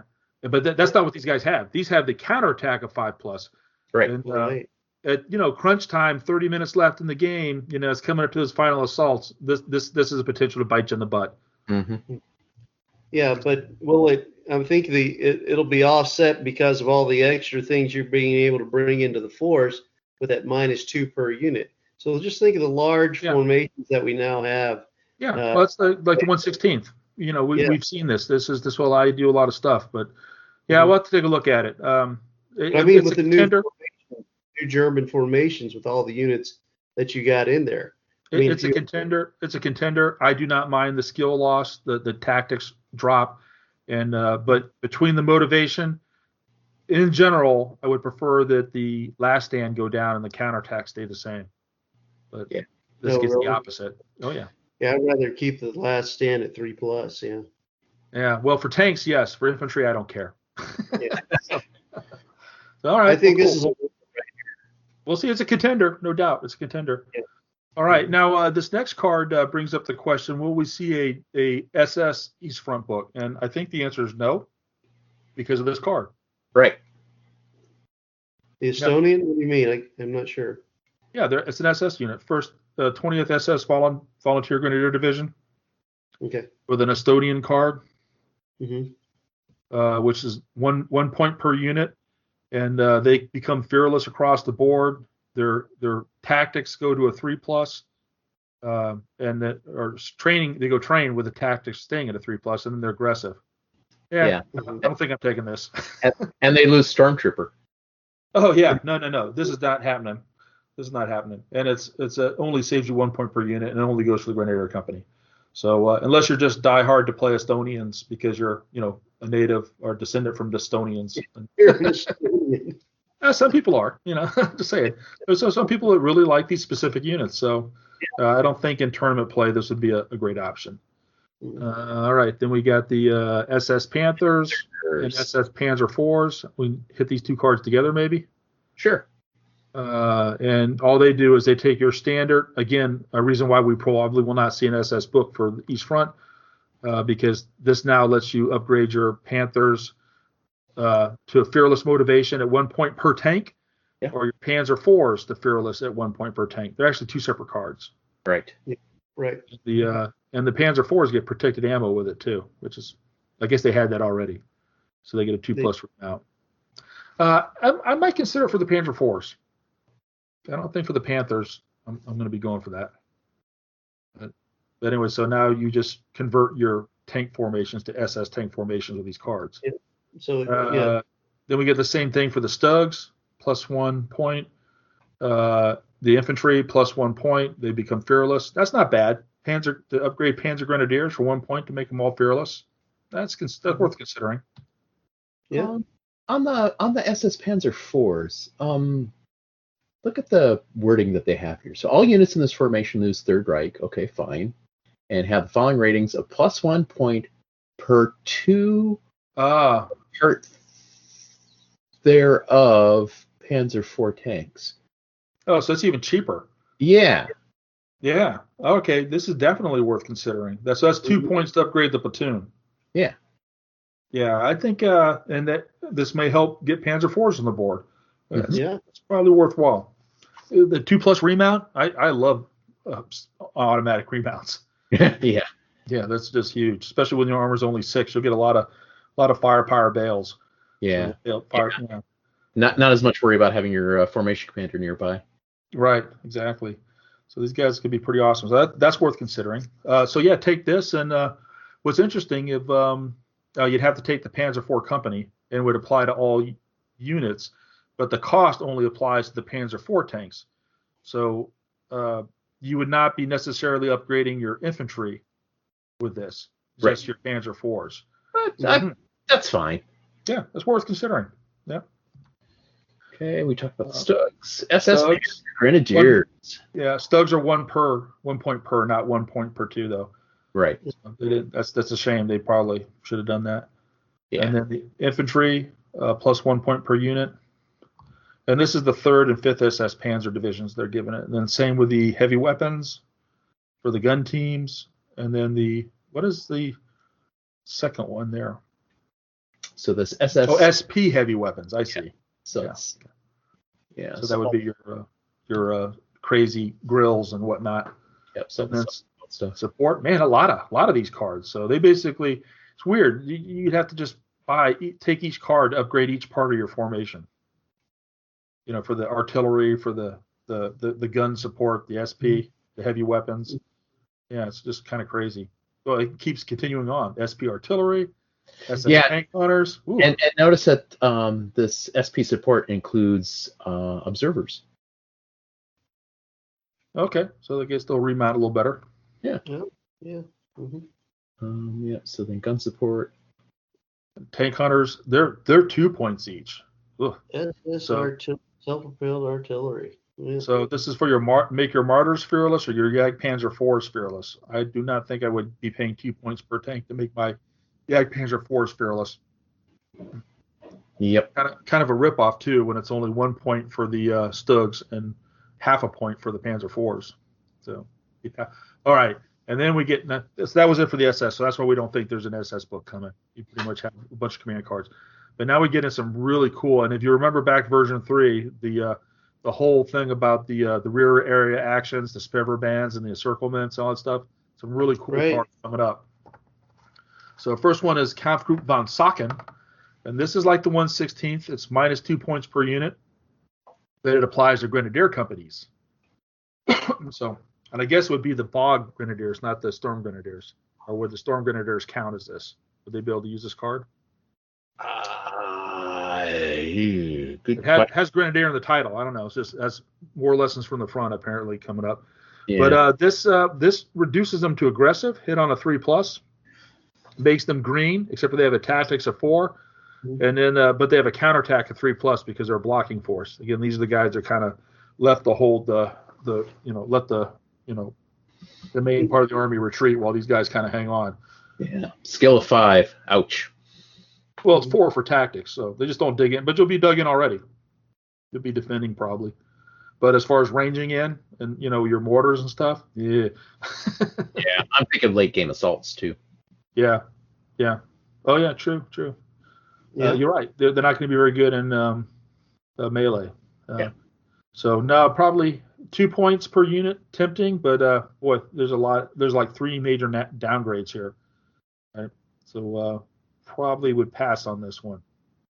Then Kampfgruppe von Sachen, Spirit Band. Now this is nice because you could take this with any formation, right? And what it does, you know how the Americans have the FFI infantry and the Russians have the partisans, right? Which, don't count towards your forces for reserves. So this is 0 points. Right, so it doesn't cost you anything, and you can take a Panzer Grenadier platoon as a support platoon, and then that support platoon always starts on the table. In addition to the normal 60% of your force when using reserves, this unit has the following ratings at no cost. So basically, it counts towards your reserves, although it's always on the table.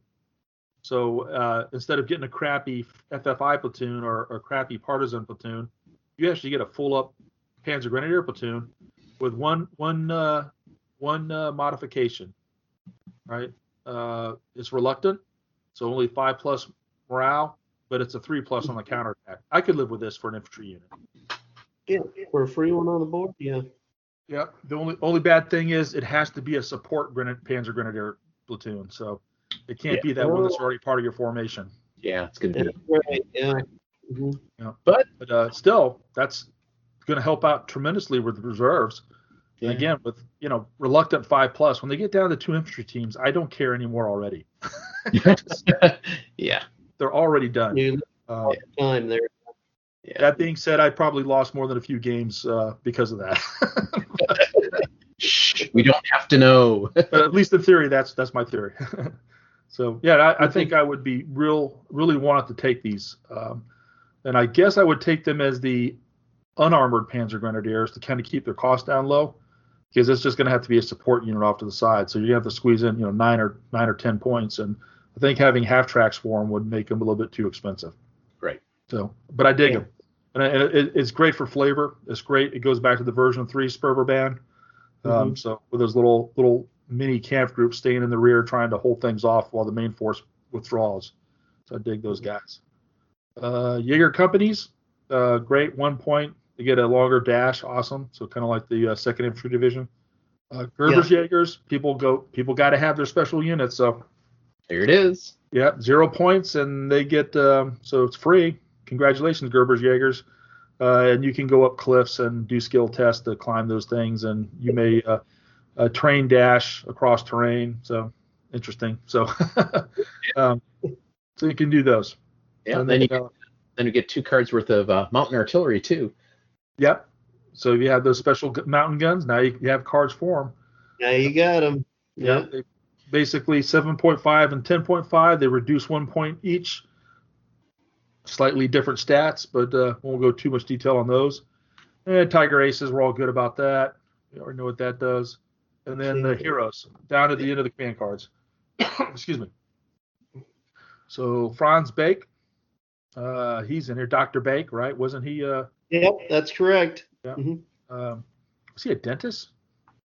I think. I don't know, but I know that he was a doctor. Mm-hmm. Yeah, I think he was a dental doctor. So he's only 2 points, and he gives the headquarters unit a tactics rating of 2+. Mm-hmm. And he has to be in Panthers, so that's not worth considering. A 2+ to shoot and scoot and do blitz. That's worth it. That is nice, yeah. Yep. Schreiber, 2 points, and he is in a Storm Grenadier unit, and he lets them hit on 2+ in the assault and counterattacks on a 3+. That's definitely worth considering. You're going to take that unit. That's a game-winning unit at the end of the game. To clear an objective or contest. Yeah, you'll keep going in there with that 3+ counterattack, and they'll keep killing so long as they're in there with that 2+ to hit. Yeah, they should clean them out. The man himself, old Dietrich von Sacken, who I've got a couple of the models of him. Remember they had a special model of him with a half track, and so no, he has. I think. Doesn't he have the Humbers? Oh, you're thinking of the guy from Bridge Too Far, Kampfgruppe Grabner. No, he came with a. Yeah, he had a 250 half track, and they had him in the half track and on the ground. It's just one of the blisters they had back in the day. And so for 4 points, he gets tactics on a 2+ for anybody in line of sight. So he's kind of like Rommel. Oh, okay. Sorry. Ludwig Wengruber, and this is the guy you were talking about earlier, Ed, so why don't you cover him? Oh, shoot. Did I talk about him earlier? Yeah, you did. Yeah. I did. Yeah. It helps out. It helps out with the. Remember, one of the things I said about the Storm Grenadiers I didn't like was that they sorry, didn't like is harsh. I was disappointed that they didn't have Panzerfaust limited 2 or better, but this lets you do that. Now, it costs 4 points instead of 2. Yeah. Yeah. So yeah, this is the command stand. He has the second, Panzerfaust there. Yep. So it doesn't move around. It's only the platoon leader. the unit leader, so it doesn't float but it's always there. Whoever the unit leader is gets it. Yeah. And the great thing about this too, you got that unit is now a 2+ in assaults. Hold it. Yeah. Is it the whole unit? Yeah, it's the whole unit. Yeah. And they counterattack on a 3+. It's a great deal. Yeah, I would take it. It costs you 2 points for just getting another Panzerfaust anyways. Yeah, right. So the hit on 2+ and the counterattack on 3+, that's what you're getting for the other 2 points. So definitely a keeper. Yeah, I agree. If I was running a Grenadier platoon, now again, we don't know if this applies just to the Grenadier Bog or the Storms, yeah, and or both. So hopefully both. But Grenadier, not the Panzer Grenadier, not the Strums. It's just a plain Grenadier platoon. Yep. Well, they definitely can get it. Even then, I think it's compelling. Absolutely. Oh, yeah. Mm-hmm. I agree. I think if you're going to go Grenadiers to save a few points on infantry, then this is a good upgrade. Yes. All right. Frederick Carl Mokel, a Panther dude for 3 points. This is with the Panzer IVs. I think could he also be a Panther unit too? I think only a Panther unit, Ed. Yeah, he's only. Yeah. But altered rate of fire 3. Get that extra shot for 3 points. For an AT-14 extra shot, worth considering. And again, this. I think I said earlier that this is the kind of thing you look at for upgrading the platoon to get over that threshold to be over 40 points for reserve requirements. Yeah. Well, that brings it to 39. So. Yeah. Yeah, I think. Hold it. Panthers are what? 11 points each, right? Yes. Okay. Yeah.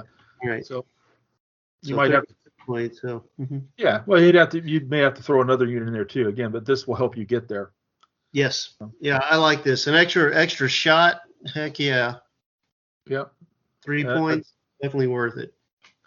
Yep. Then Wilhelm Benoit. That sounds French. Benoit. Yeah, you could be from Western Germany.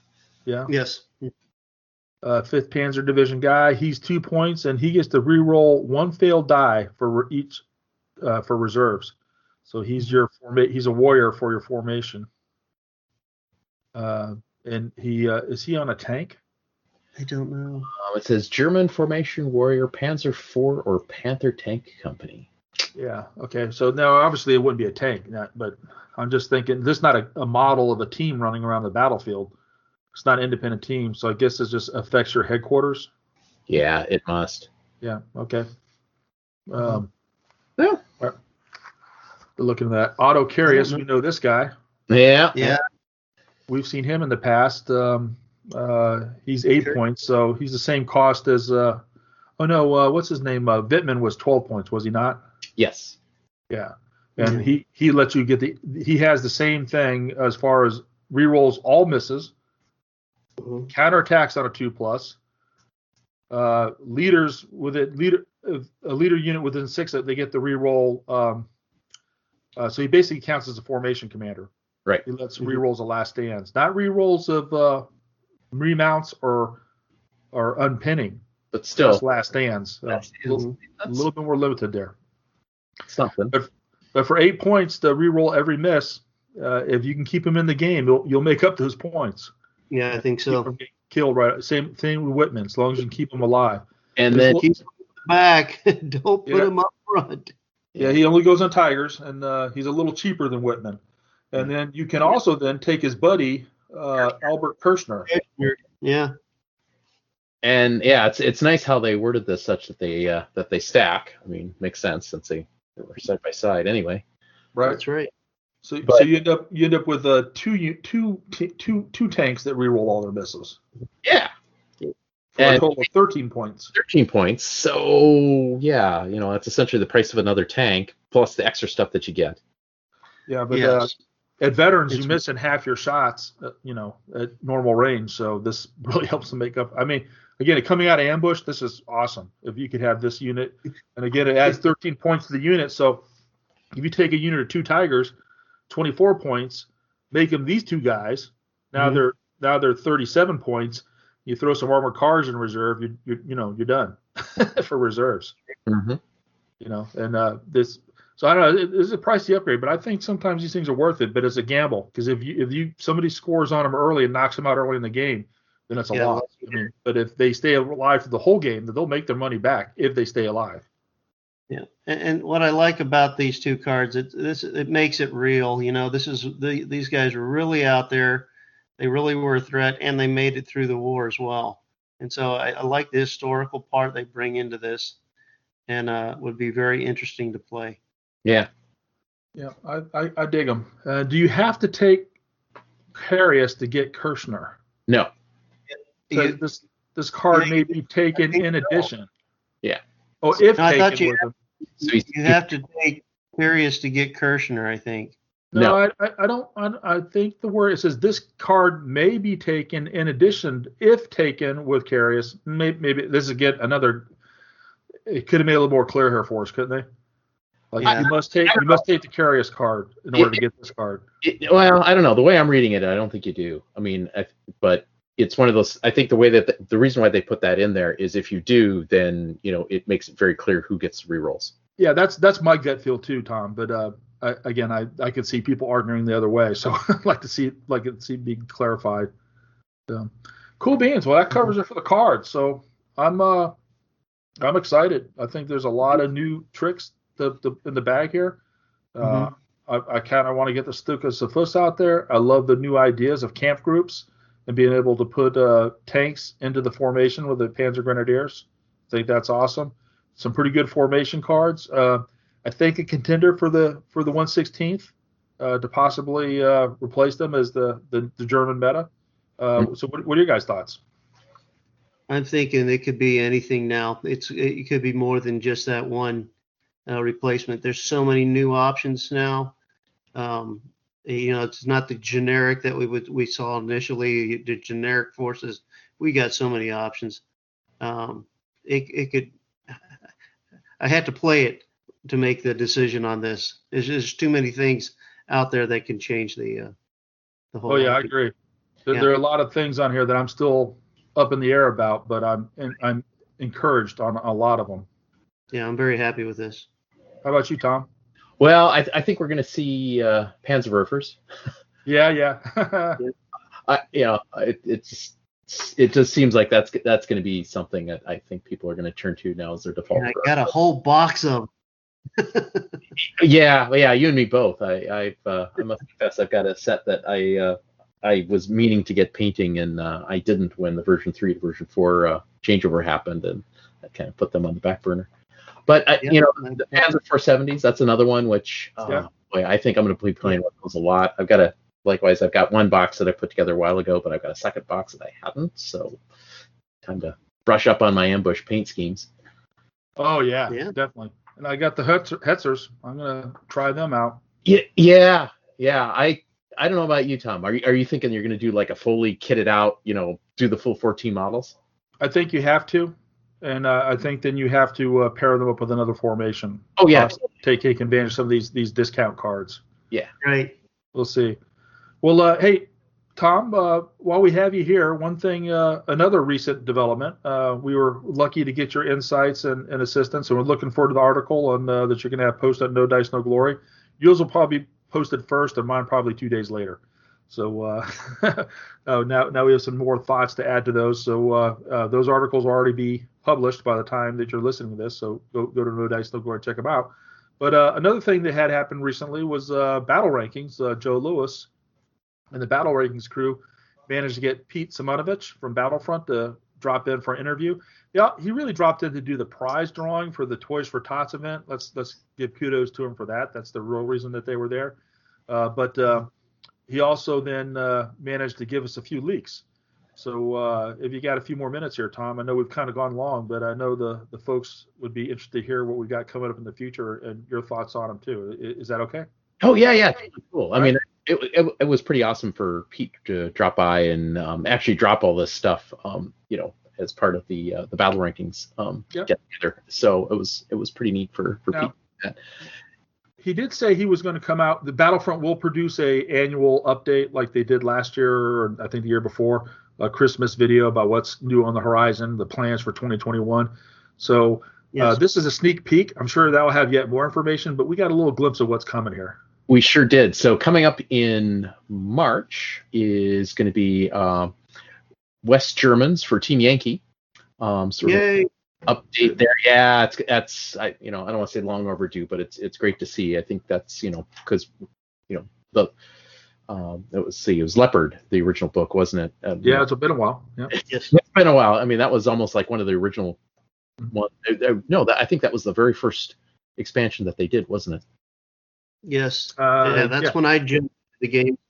Yep. And they're going to add Fallschirm Jaegers, Gerber's Jaegers, Weasels, and Leopard 2A5s. Yeah, very cool. I think as Ed knows, one of the biggest problems of West Germans are their itty-bitty little infantry platoons. Yes, and that was one of the questions from the audience about, well, are we going to get more stands in the platoons? And the answer is yes. Yes, these infantry, the Fallschirmjäger and Gebirgsjägers, the mountain dudes, they're slightly bigger. Cool. Mm-hmm. And then then in April we got something I think I don't know about you guys, but I have several friends who've been waiting for this book for some time, and that is a Bagration sort of minor Axis allies. So this is the Hungarians and this is the Romanians coming out. Yeah, I wish we were going to have these in time for Wolfkrieg, but we will not. We'd love to have them in there, but and Romanians would be cool. I like how they could play on either side in the mid-war and late war. Well, mid-war they can only play Axis, but in late war they can play. I think they can still play Axis early in late war, right? And then they switch when they go down to Hungary, or something. Yeah.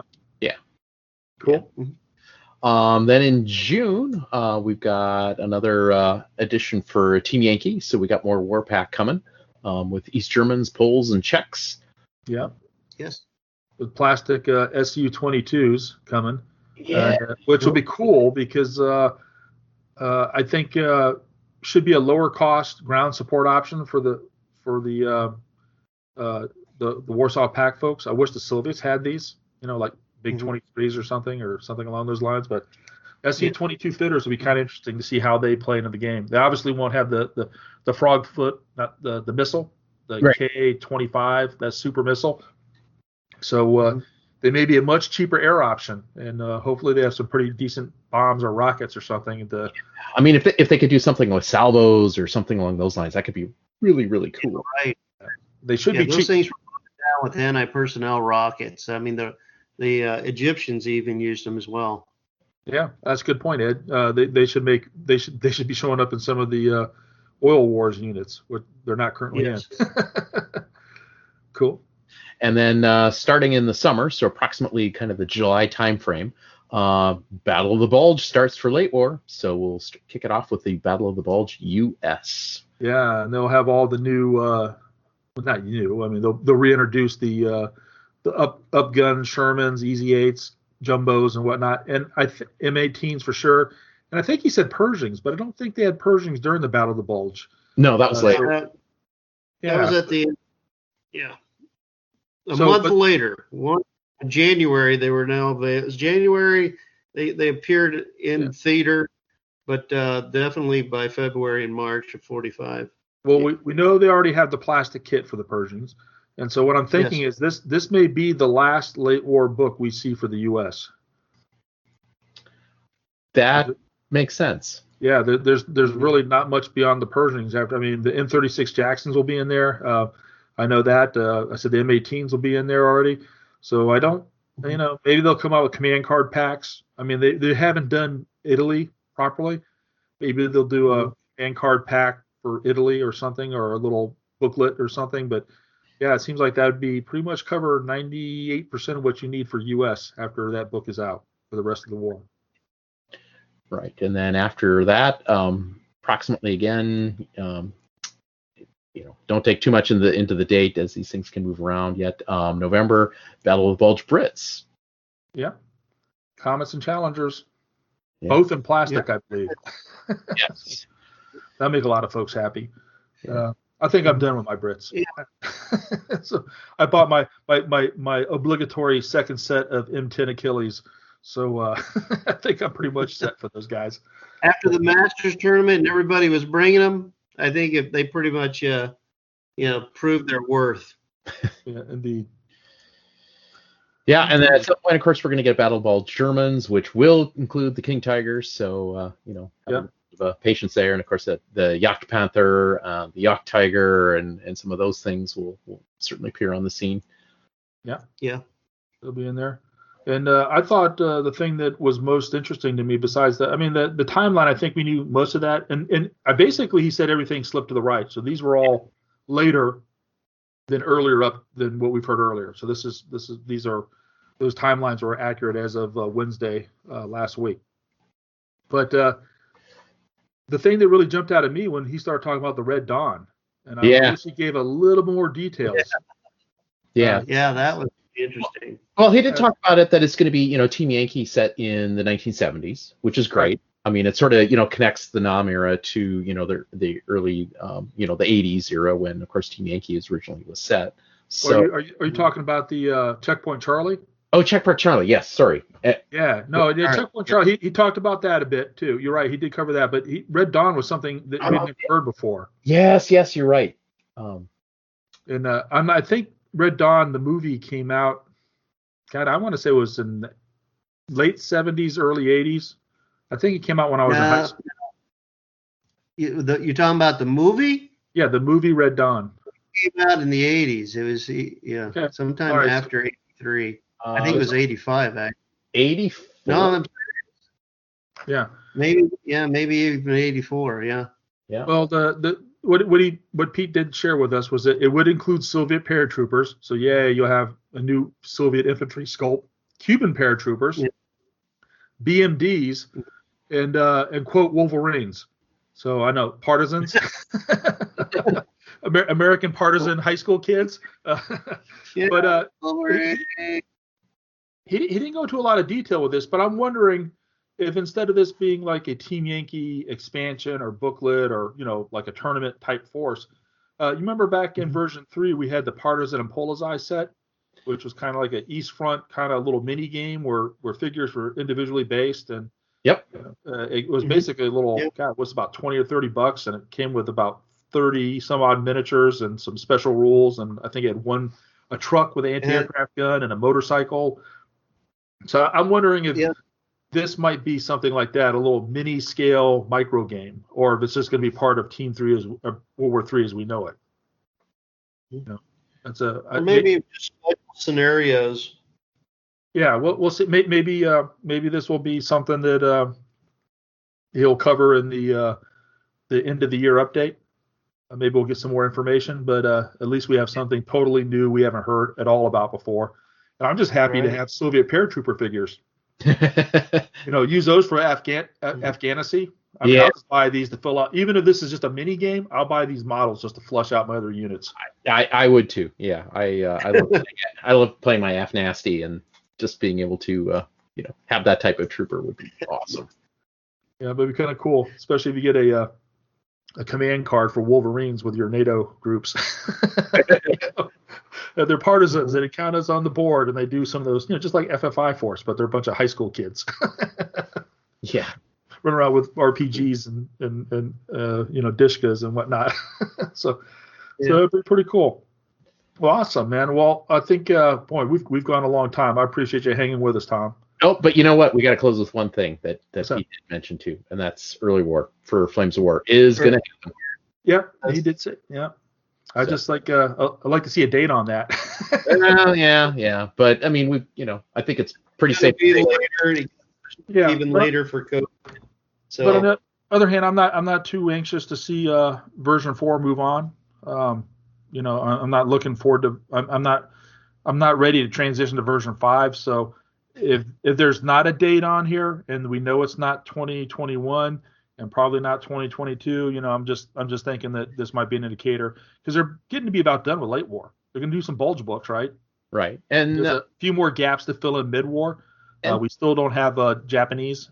Right. And we've got Berlin, and, in theory, they could do a bridge too far, or, something along those lines too. But yeah, they could. So hopefully we got a good couple years. I just like to get some mileage. I mean, I'm looking I've got a crate of card boxes. I've got a shelf full of books. I'm not too eager to move on from version 4 quite yet. So even if that means that early war's delayed, that just means I'm playing version 4 longer. So I'll deal with it. Yeah, that's fine. Yeah. A good deal. Well, Tom, thanks for joining us. Pleasure to have you back on board. I'm sure we'll have you again in the future. Looking forward to seeing your article. And I'm looking forward to seeing you, more importantly, around the game table here eventually. Yeah. Get back to some tournament gaming. Yeah, exactly. Well, be looking forward to making that long drive. That's for sure. Thanks again for having me with you guys. Well, we're due to come up to see your area. I need to get up there. I've been saying that the COVID. Yep. I was going to go this summer, but that's obviously was not possible. So hopefully we'll be able to remedy that here shortly. Cool. All right, man. Well, take care, and we will see you later. Cheers. All right, take care. All right. Target. Ceasefire. Okay, well, welcome back from the break. That was just fantastic. Definitely looking forward to this Bagration German book coming out and using it in our ongoing Race to Minsk campaign. But we have to go back. We forgot something, Ed. What? Instead of rules Ed forgot, we have to cover events Tom forgot to include. In our first portion, we left off the biggest event that happened in December. Yeah, because we skipped down our papers here a little too far. Yeah, what was that? It was the tournament I went to. Yeah, Scotafest, which amazingly had 26 players. So that's probably the largest COVID post-COVID lockdown event we've had in the U.S. and looked really good. And I guess we're kind of short on time, so we won't run through the whole list of 26 players. Sorry, folks. Well, let's just cover the top 5, and let's cover number 18. So who came in at 18th? Oh, who came at 18? That would be the guy who only got 11 points. And that would be this guy. This guy with 2 thumbs. Yes, this guy. I lost against the second place and the fourth place players there, so I don't feel too bad about it. Yeah, good, strong. Oh, I just noticed Tony Davis was there. Yeah, Tony Davis. Yeah, awesome. So you just tell us about your list real quick, because you were kind of batting that round right up to the last minute. What did you end up going with? Right, I decided to try something new and very not my usual, but I played a 4 detachment. So I went with lighter armor, so I had T-34, OT-34s with the 76s, and I had a platoon of T-34s. And so I just had a force there. You got the 4 detachment card. You can take some things there. And I just took a lot of light stuff, nothing to handle anything heavy. And I was fortunate to not run into anything heavy. And so, but I still found a way to lose. So anyway, I did win my first game against Hoggy. And let's see, I'm not sure how he placed. You mean Hogshead? Chris Yeah. Hogshead? Okay. Yeah, he placed a little better than I did. Yeah, all right. But won that first game, and then I lost against the second place and the fourth place player. Yeah, my final game was against Chris Jackson. So okay, well that's always a tough battle. And then Robert Slaughter was the second place guy. Yeah, right, yeah. Robert, we were getting down to the last 5 minutes of the game, and he said he was just ready to just turn it over. I said, hey, you haven't lost this thing yet. You're about to win. You better hang in there. And sure enough, I talked myself into a loss there. Well, and talked him into second place. So that's right. He was ready to pack it in. All right. Well, that's just goes to show you. Tie. Take a good look at the victory conditions. Sometimes you're not as far off as you think. No matter how many troops are bleeding or how bad it looks like it's going, you might be the guy on the objective. That's right. That's right. Well, let's cover the top 10 because we got a lot of game buddies up in here. So at number 10, they had Richard Sanders playing German, our good buddy from Atlanta. Right. And, then at number 9, Austin Copid coming from out in Virginia Beach area, playing Brits. Probably had a swarm of Universal Carriers again. Number 8, Robert Beaucamp playing German, probably with Pack Front. Number 7, Preston Jacob. He's also from Virginia, and he's also a No Dice, No Glory contributor. He's working on some articles on the tanks from the Bagration German book. So looking forward to that. Number 6, a guy I would like to see a lot more of again. He used to be really prominent in the tournament circuit, and he's just kind of slowly working back into it. That's Tony Davis from Ohio. That was a haul, right? From Ohio all the way down to South Carolina. Yeah, he flew in, yeah. Yeah, wow. Well, good on him, and did well with British, probably with Crocodiles and M10s, no doubt. Chris Glennon, playing 5th place, playing Americans. Chris Jackson playing Germans. He played Soviets at the Masters, so he probably went to the dark side with the pack front. Yes, and he brought it to me. Yeah, and the 1/16th, right? 1/16th card and pack. Yes. Yeah, quite the meta. Number 3, Kevin Hovanak, local Atlanta, from Atlanta.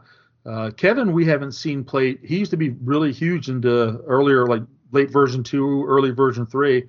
Kind of started fading out for version 3, but seems to be coming back on strong now in version 4. So good to see him back in the top of listing again. Robert Slaughter playing Germans. What did he run? Oh, you're asking Ed to remember something. Oh, okay. Don't do that. Well, you played him. Did he have the pack front? I don't think so. Okay.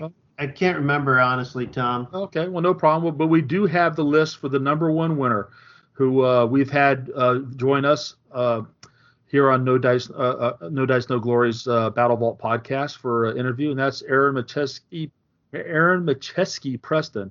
I always want to butcher his first last name, Macheski Preston, or Aaron MP, and I just his initials EMP. Yeah. Electromagnetic EMP. pulse. Yeah. Just notice that. So, anyways, maybe I should just call him EMP for now on. EMP. He's a danger. But Aaron, running with the dark side meta. Now, to be fair, Aaron was going to play his hero shock rifle guys again from the Bagration Soviet book, which he played at Masters. He was really wanting to do that, but this was a red versus blue event, right? That's correct. We had a split down the middle. Awesome. Everybody played red and blue. I love to see that, and he switched to accommodate that balance. So we can't really beat him up so much for running this force because it wasn't his first choice force. But he had the 116th Panzer Grenadiers, headquarters, short platoon dismounted, the reconnaissance platoon with the half tracks. That's pretty cool. Gets all those extra half tracks in there, Ed. The little 250. Yeah. That's his 2nd platoon. Then he has a 3rd platoon, a short, dismounted Panzer Grenadier platoons. The little 2 mortar section, the 6 stumbles. Good amount of support, dual SS scout troops. So he took the 116th. So his base force is D-Day German 116th, but then his support is out of the D-Day SS book. So he's got SS Scout Troop, SS Vesp Artillery Battery, SS Hummel Artillery Battery, the OP, and then a pair of Tiger tanks. Right.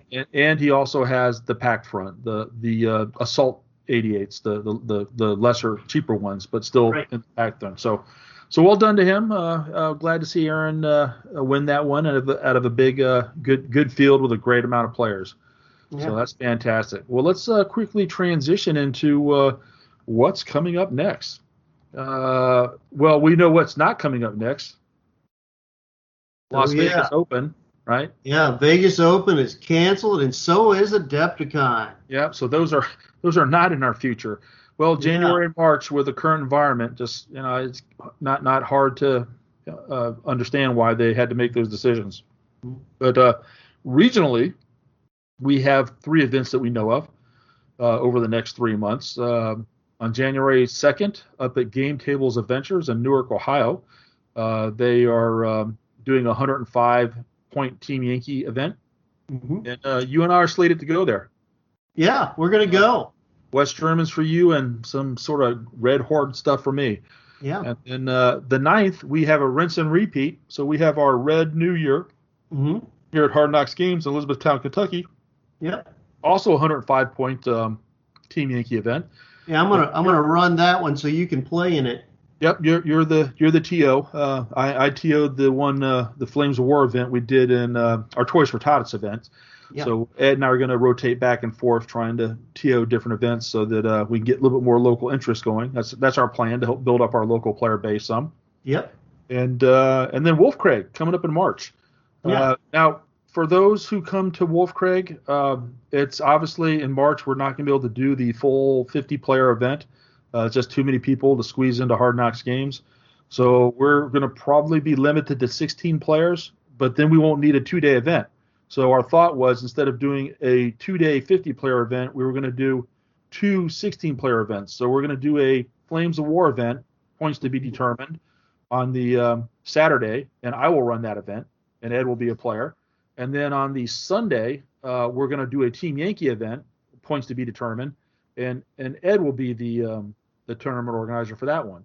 Yeah. So we're going to rotate on the same weekend, and we'll have to come up. We're going to have more people that want to come than we have space. So we're going to have to come up with some sort of, I don't know, some lottery or some. We have a lot of friends out there. We have a lot of people who continuously come to our events that we want to take care of because they show up all the time. So it's going to be some tough calls, and apologies up front for folks who are dying to come that we can't get in there. But it will still be red on blue though, right? We're going to definitely still do that. Mm-hmm.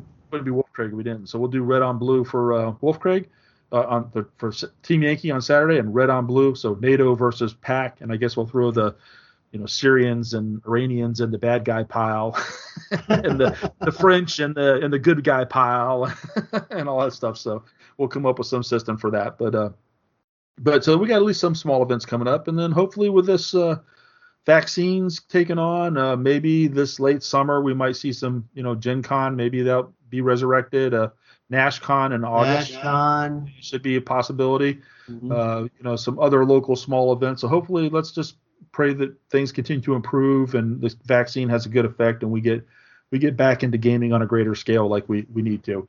And then, so what else in 2021 do we want to do? Let's specifically think about the podcast. We committed and we delivered and exceeded that commitment. We said that we were going to do 12 episodes in 2020. Right.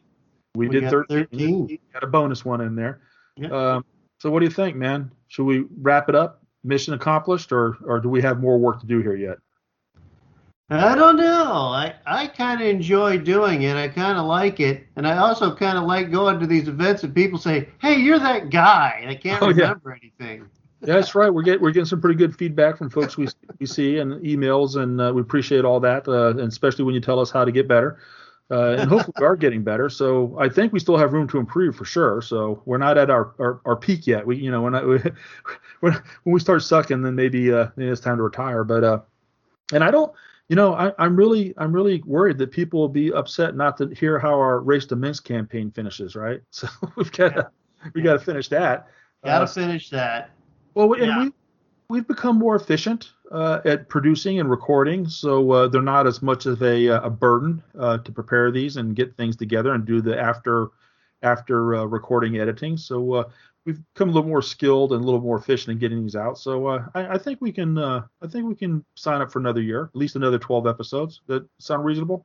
That sounds like a good idea. I'll do it if you do it. Okay, well, there you go, folks. So there you have it. 2021, we will continue to try to bring value to your gaming experiences by sharing what we know from observations out there in the field, what people are doing at events, and how lists are going well, and try to continue to bring in external interviews so that you get fresh voices in here all the time. So, okay. Yeah. And then anything else you can think of. If you have got ideas and suggestions, you want to hear a segment, you want us to do a history segment or whatever, it seems like we're always trying to cram these things in. We seem like we're always short on time, but we can expand and put more content in there for you all.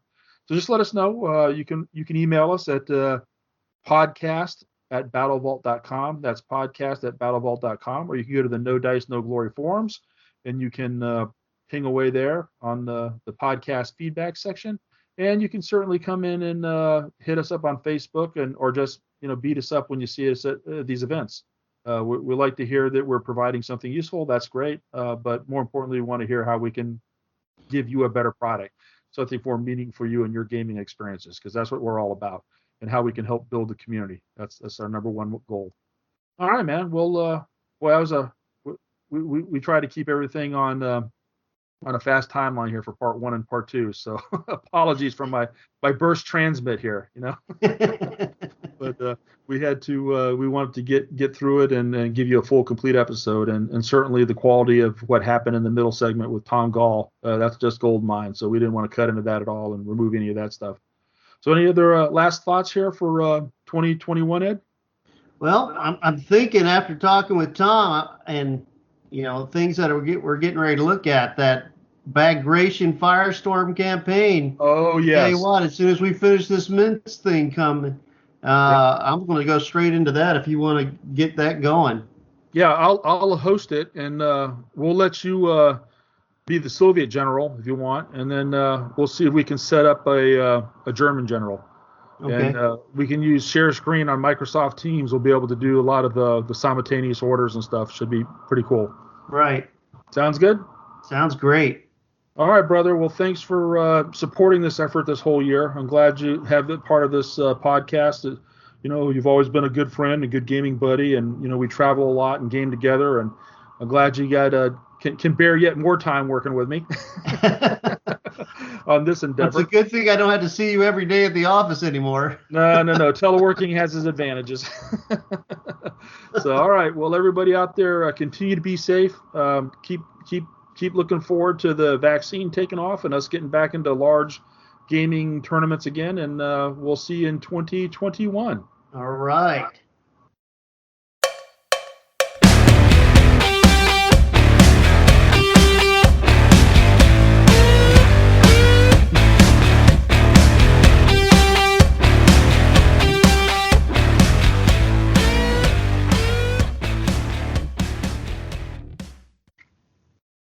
Red dot is on, and we are recording. What is that clicking noise? It's the clock. Oh, you put it further away? Yeah, I put it over there.